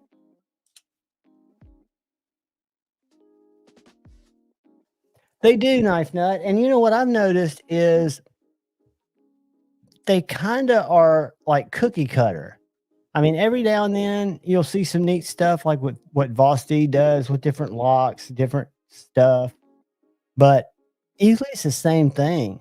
I mean, this $25 knife has great action, but it doesn't have soul to me. Nothing about it really has that soul.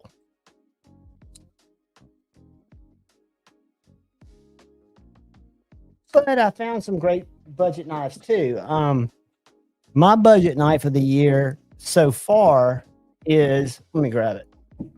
It's the Brian Brown Wii, the X1. Give me one sec.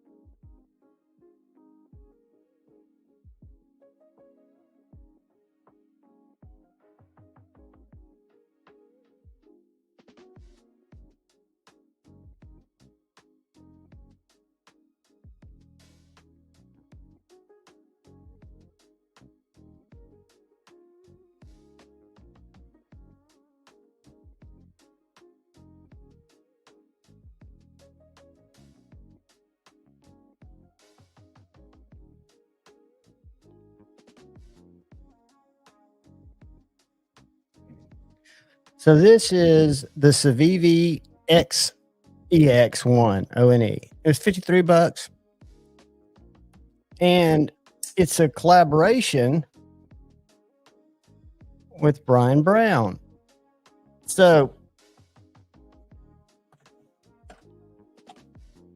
if you like the Jaeger M or the Jaeger, that blade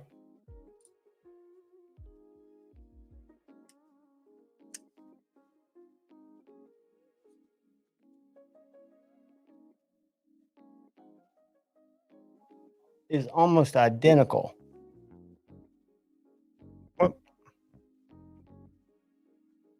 This is all backwards for me, guys. I'll never figure that out. But this is $53.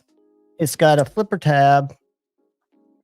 It's got a fuller that runs the entire length of the blade that catches your finger because it's sharp.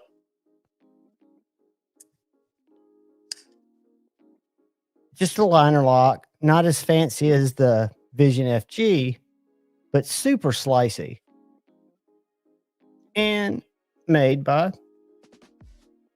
designed by Brian Brown as a collab. So I had to buy that. I picked that up at Amazon for, I want to say $53. It is the same deep hollow. As a matter of fact, it's Nitro V. I got the G10 because I wanted the blacked out one, but I like the micarta better. The action on it's sweet. I've not skiffed it up. I'm not even taking it apart. I need to start taking knives apart again. That's content nobody watches, but I remember I used to search for that when I'd have to take a knife apart, and it's so helpful. I don't know if you can see that hollow paw, but it's very deep for what it is. The blade stock overall is thinner than the Jaeger, which is also a good thing. They're $53, Paul. Let's go and let me go to Amazon. Let's look. Make sure I'm not giving you bad information. Amazon. Let's go to my purchases.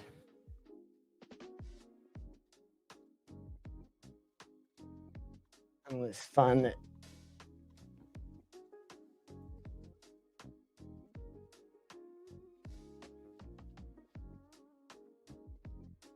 Whoops.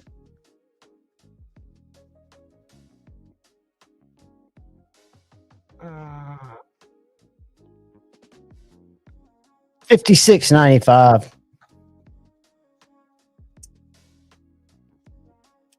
And then they've got it in the micarta, which I like that better.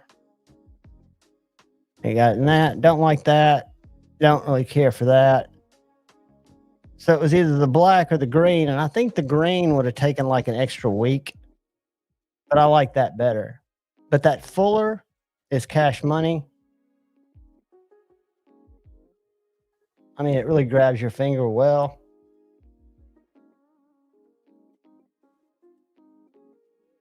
It's a good knife.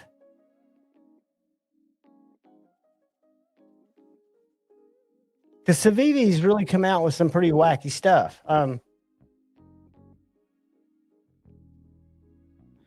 Todd, I agree, but it's not just ADCRV2. If you go to their website or if you talk to Tim about their 10-day heat treat process and how they use that nitron borite or whatever it's called to kind of infuse those blades, because I've beaten the shit and I reprofiled this knife.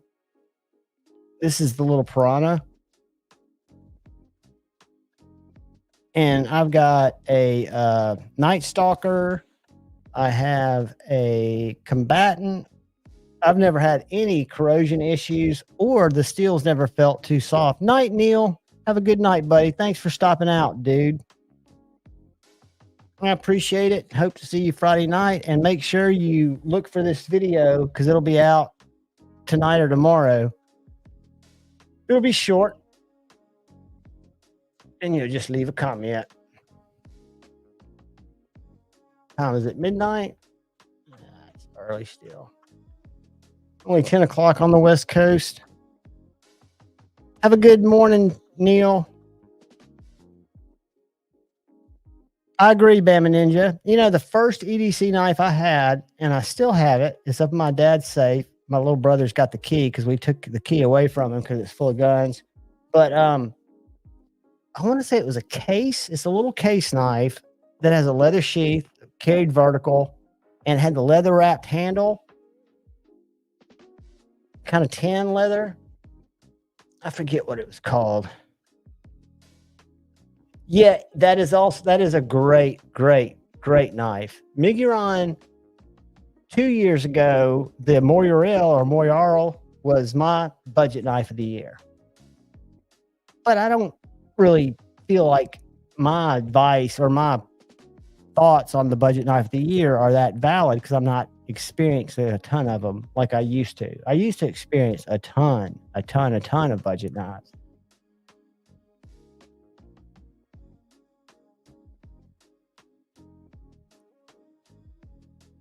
And this knife, if somebody's looking for a full-sized CMB flipper tab, this thing's $25.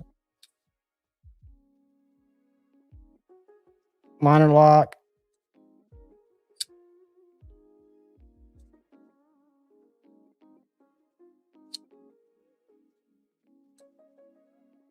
Let's look at that talisman.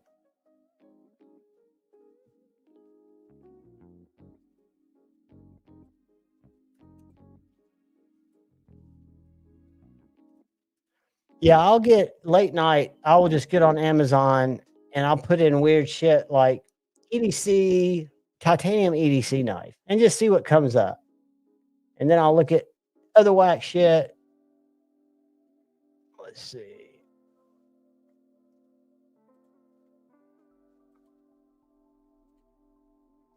And there are more and more clones on Amazon, which surprises me. Yeah, look at that. Open up. Their handle widths, they do so much right. I'm a huge fan of Miguron. Their budget stuff's great. Their AM8 stuff is great. This is probably... I didn't have the bar lock. I'm not a big fan of bar locks. Although I've got some good ones. That looks like the Tempest. That looks like KC's knife kind of to me. Yeah, I've been looking at drones. That's what we could do. We could see if I could crash a drone in the crib before bed. I hammered it right in the wall. We were just looking at a couple of Migurons, the talism, the talism or talism. Let me go back and show it to you. Oops.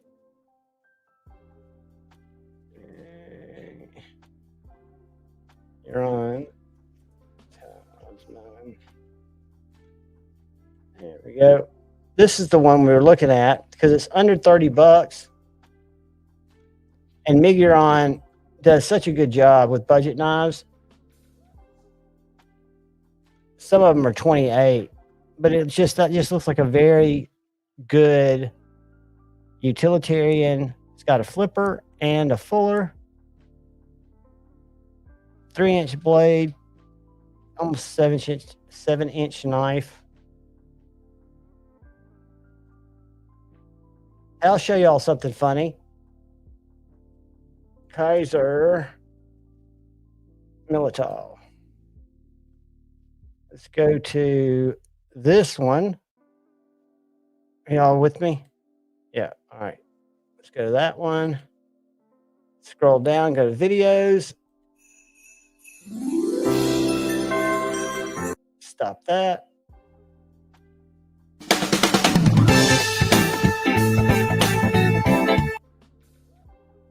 They wanted a video. I'm about to sneeze. I'm fighting it back. Ed, I would think, and Kevin could probably, it's probably going to be on the softer side. But again, how much are we going to cut? What's going on? Sam, good to see you, buddy. I appreciate you coming in, man. Thanks for watching the videos and thanks for hanging out on the live. We're here a couple times a week, dude, and you are always welcome. Sometimes we talk knives, sometimes we talk life, sometimes we just talk. Usually I just ramble about off crazy weird shit. But good to see you, buddy, and thank you for watching. Enjoy the knife hike. I've been on it now for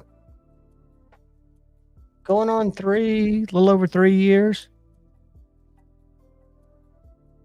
So weird too, guys, because like I say, I started after watching some Blade HQ videos with a CRKT CEO and then a Penguin. And it's amazing how fast I was buying Amazon or Harbor Freight cases to start putting those things in. Then I started buying Spydercos. Then I started buying Benchmades. Then I swore I'd never get a slip joint. Swore I'd never get a fixed blade. What in the world would I ever use a fixed blade for? Now I love my fixed blades. That is a little banger I traded for Shane because it was too small for him. It had the checker G10 handles, and I bought those micarta handles, and it's Rex 45. And I sharpened it last night.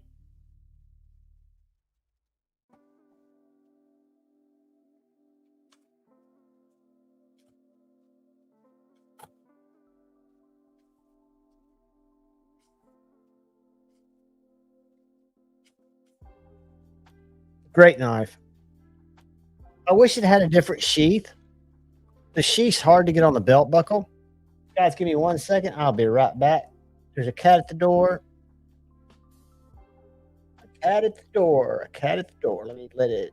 I can't let it in because it's not my cat, but I got to give it a quick handful of treats because it's now slapping the door. Y'all might be able to hear that. Be right back.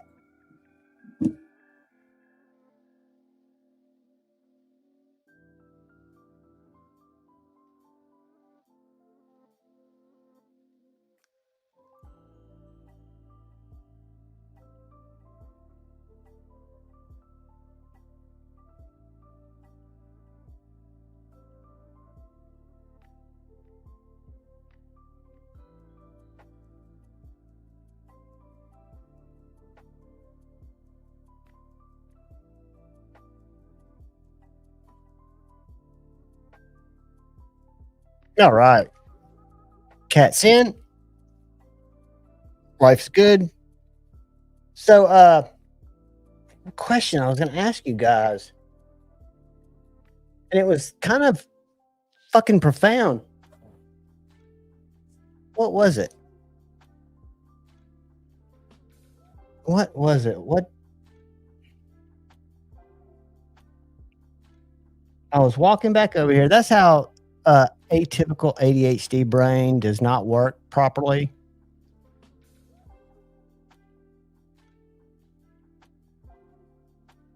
That's just from what I've read. Let me share with you guys and what I've experienced, because I've had a bunch of their knives. Again, I'm not the hard use guy, but I know that most of their knives and their screwdrivers and stuff are purchased from like special ops and stuff. So they're making their tools special order for people that are using them in the field. So where did I see all that?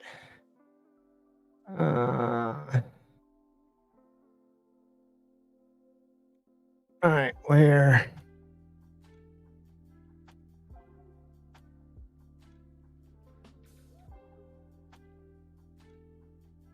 Hold on. Tippy. That was Tippy, y'all. Getting in on the sound effects.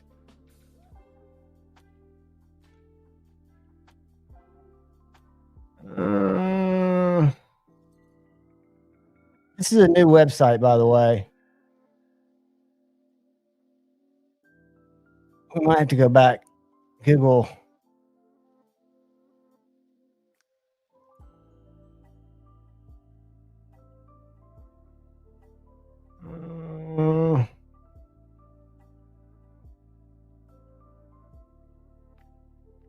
How do you do Google Wayback? So if we go look at one of these knives, maybe that's where it shows us. Let's go here. Let's go here.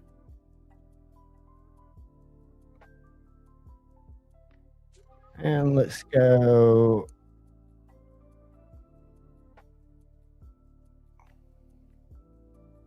NIB, nickel boron coated. All right. So the agent, you can get these in 80 CRV2 or ABE or AEBL. I've also got a Nitro V one. The NIB, nickel boron coated.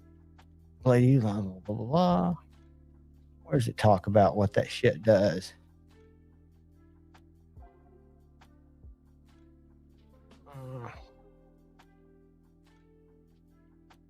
Life of the knife warranty. And again, if you ever had issues with their knives, they are good people. But there was on their old website, it talked about their whole heat treat process. See if I can find one that's got a bigger description.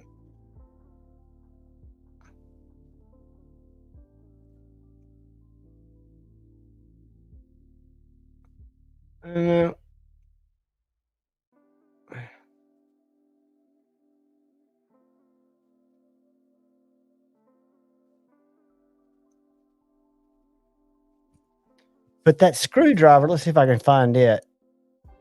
That screwdriver was commissioned by the military for a specific machine gun. And a lot of this right here. So if we go to product description, see this gun here? This gun is what this tool was commissioned for.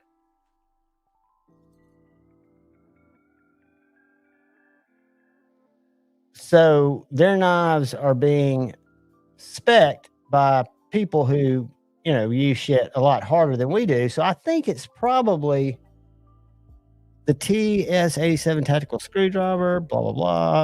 1987 Dillon Marine talks all about it. Uses the same materials. Oh, that was AEBL, nickel boron coated.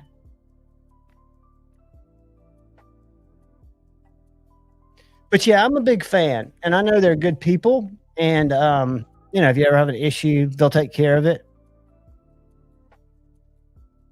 Yeah, and it is, and it takes them a while to get out knives. I'm one of those people, and I love handcrafted knives. I love what Steve's doing, love what Luck's doing, love what Shane's doing. But I also appreciate water jet, hand finished knives. Definitely a handmade knife is much more desirable and means a lot more to me from a pride of ownership and liking it. But Tippy, god damn, that was Tippy walking across the soundboard again, guys. I apologize.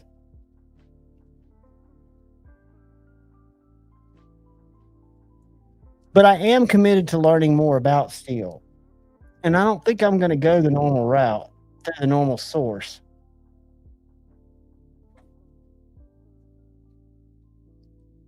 What are you doing, Tip? Tippy's doing that crazy nighttime thing.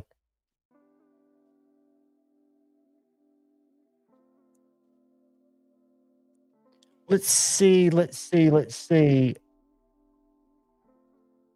We're going to take a peek.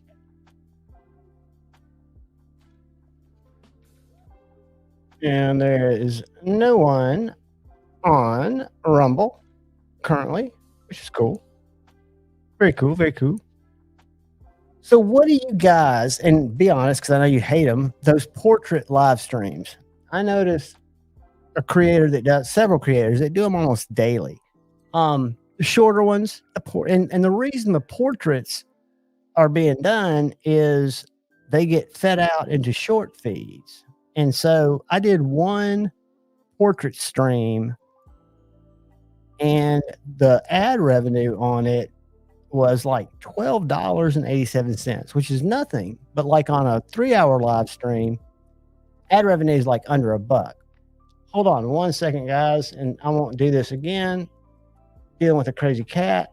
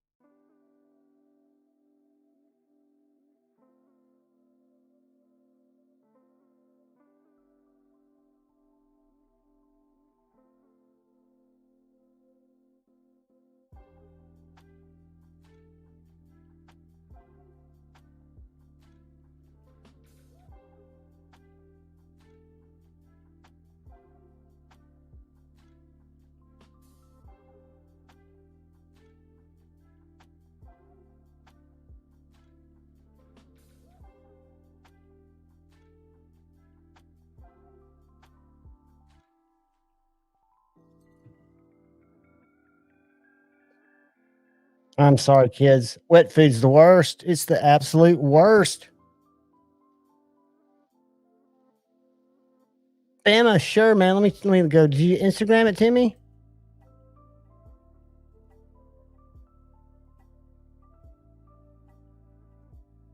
Oh, dude, that looks sick.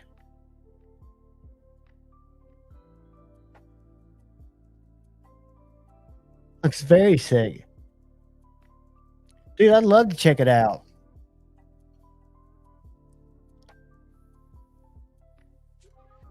So do y'all have busy weeks? I've got several things I need to do. I need to work on content, not just videos.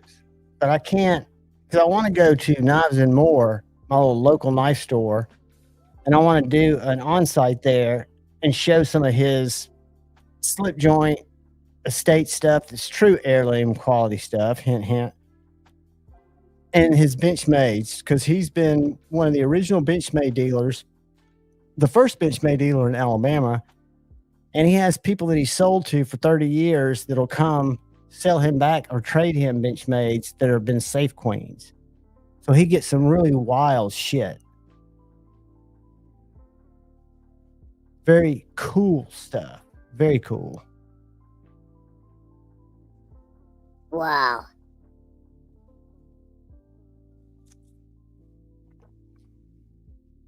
Real heirloomy, Ed. I had a picture. I sent it to Pocket Metal. Let's see if I can find it in his messages. I will have to dig. Let me see if I can find it. Because he had a knife roll that he bought off of a lady. Most of the stuff that he purchases at estate sales. So this knife roll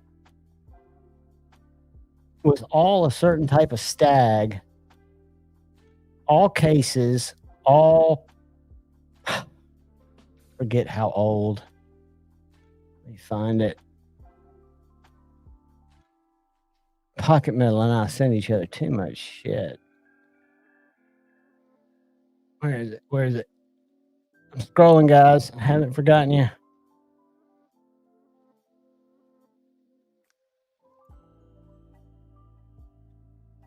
Here's something you don't see every day.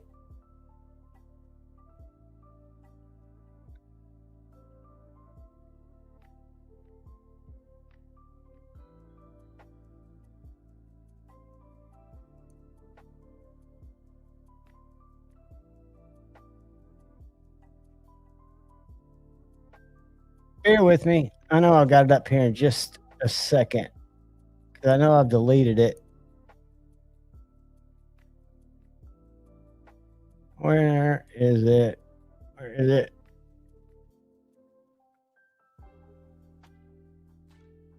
All right, I'm getting close. Getting close. All right, damn it. If I don't see it in just a second, I'm going to spare y'all.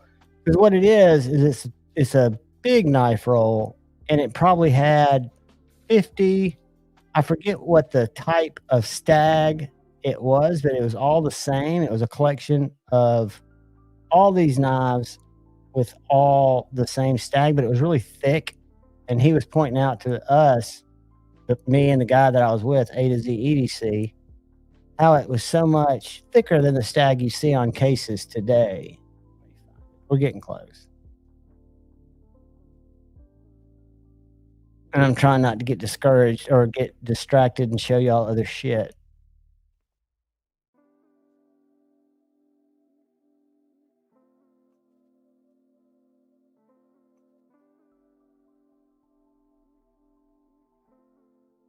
All right. I'm about to give up.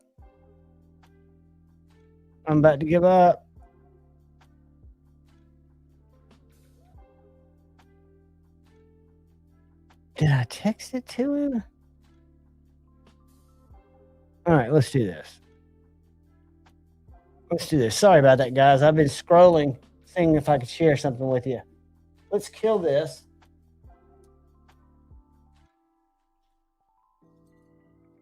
Boom. Let me look at this real quick. Chris, Pocket Metal. All right. So if I find this video, I'll download it and I'll share it with you guys. All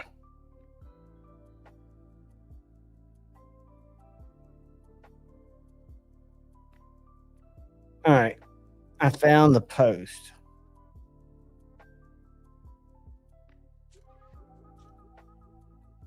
There it is.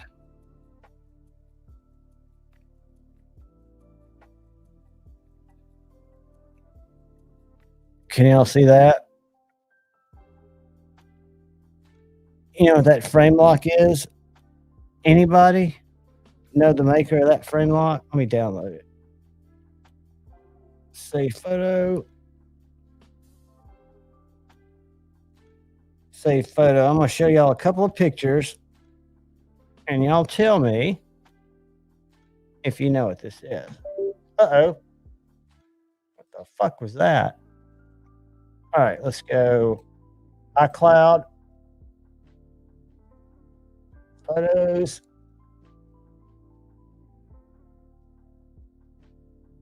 Let's do this.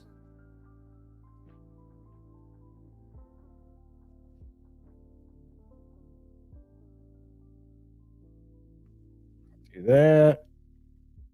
Trying to make it happen quicker. Send that one. I don't want to send that one. So when I saw this knife, I did not know it existed. So I'm going to pull it up. And y'all might have already answered what it is. Come on.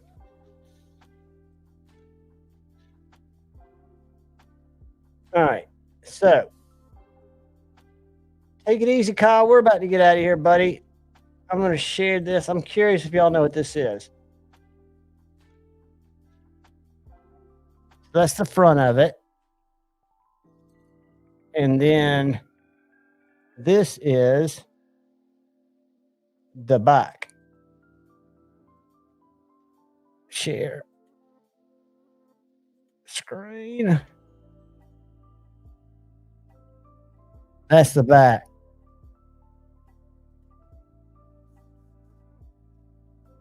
All I'm looking for is the maker. Whose knife do you think that is? Everybody knows that brand. But I've never seen a frame lock from them.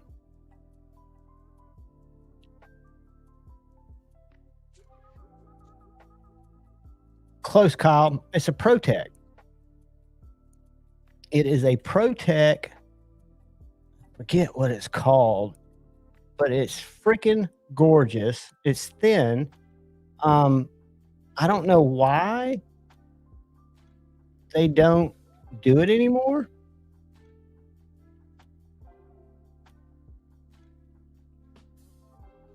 But it is a sweetie, and there's some others in here. Hold on. It's still not the picture I wanted to show you guys. Trying to find that tool roll.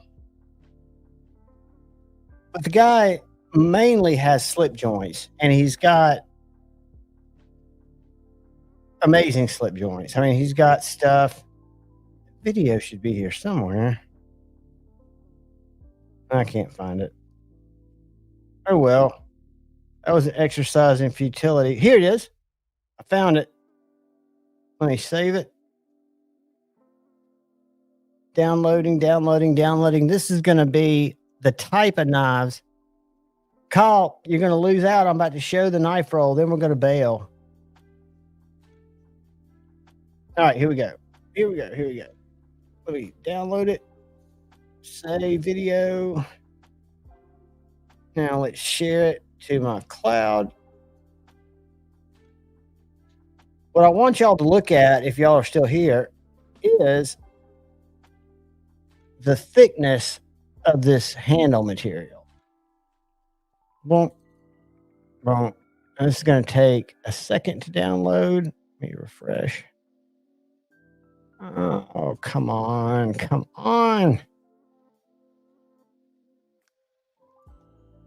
Here it is. All right.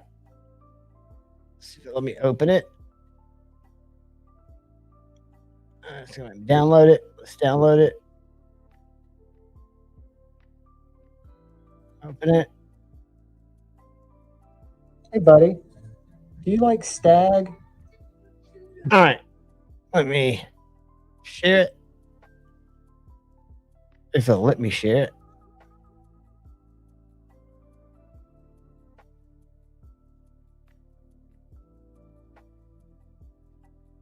Can y'all see that? Yeah. All right. Here we go. Let me make it drive. Let me make it go.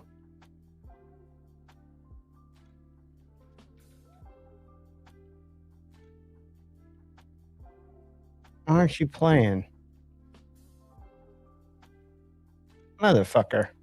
All right, guys, hold on.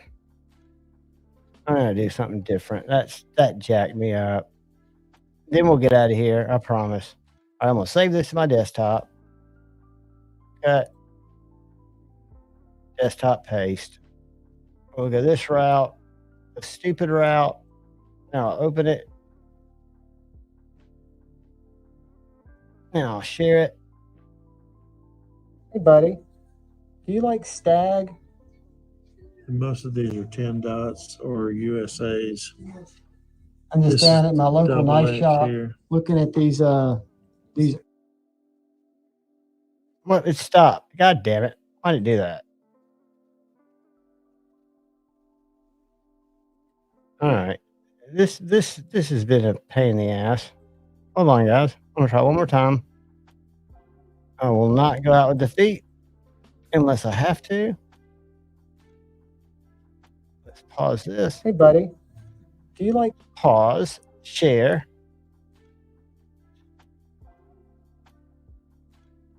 Share the screen. Blah, blah, blah. All right. Tell me y'all can see it. Stag. Most of these are 10 dots. Look how thick that or is. USAs. I'm just This down at my local double knife X shop here. looking at these old vintage case collection, and I couldn't think of anybody who'd appreciate it more than you. I'll give you his number. Look how fat that is. So when you go to his shop, he's probably got 60 of those rolls, all just stacked up, and he knows what's in them. Finish up my Crescent 9. Strawberry lemonade. Seltzer. Yum. Guys, I appreciate you hanging out. I hope y'all enjoy Insomniacs Tuesday night. Tell you what'll happen. Within the next 3 weeks, I will probably start a Tuesday night Insomniacs, and I'll probably just roll it till I can't roll it anymore, just to see if I can go 24 hours. I might do it portrait. I don't know. I know everybody hates that. I hate it, but it just pulls in a lot of people. I don't know. We'll play it by ears. But guys, do me a favor and please look out for the guy or gal to your left. Look out for the guy or gal to your right. Look out for each other. Go forward with love in your heart, and always choose debate, not hate. I love y'all. Peace. And I'll have that video up for channel members tomorrow, and we'll also have a giveaway for just people who are hanging out for Friday Night Flicks. I love you all. Later, kids.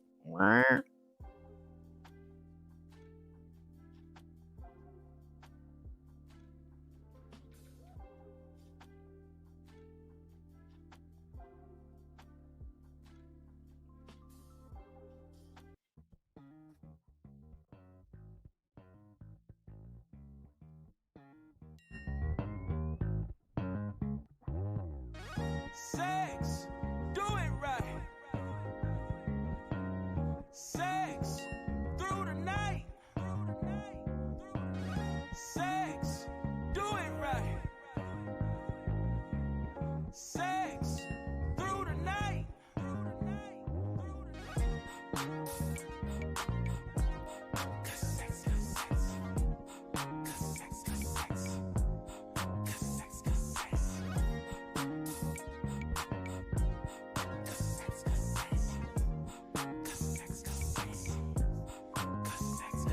Love, sex is the only thing that matters.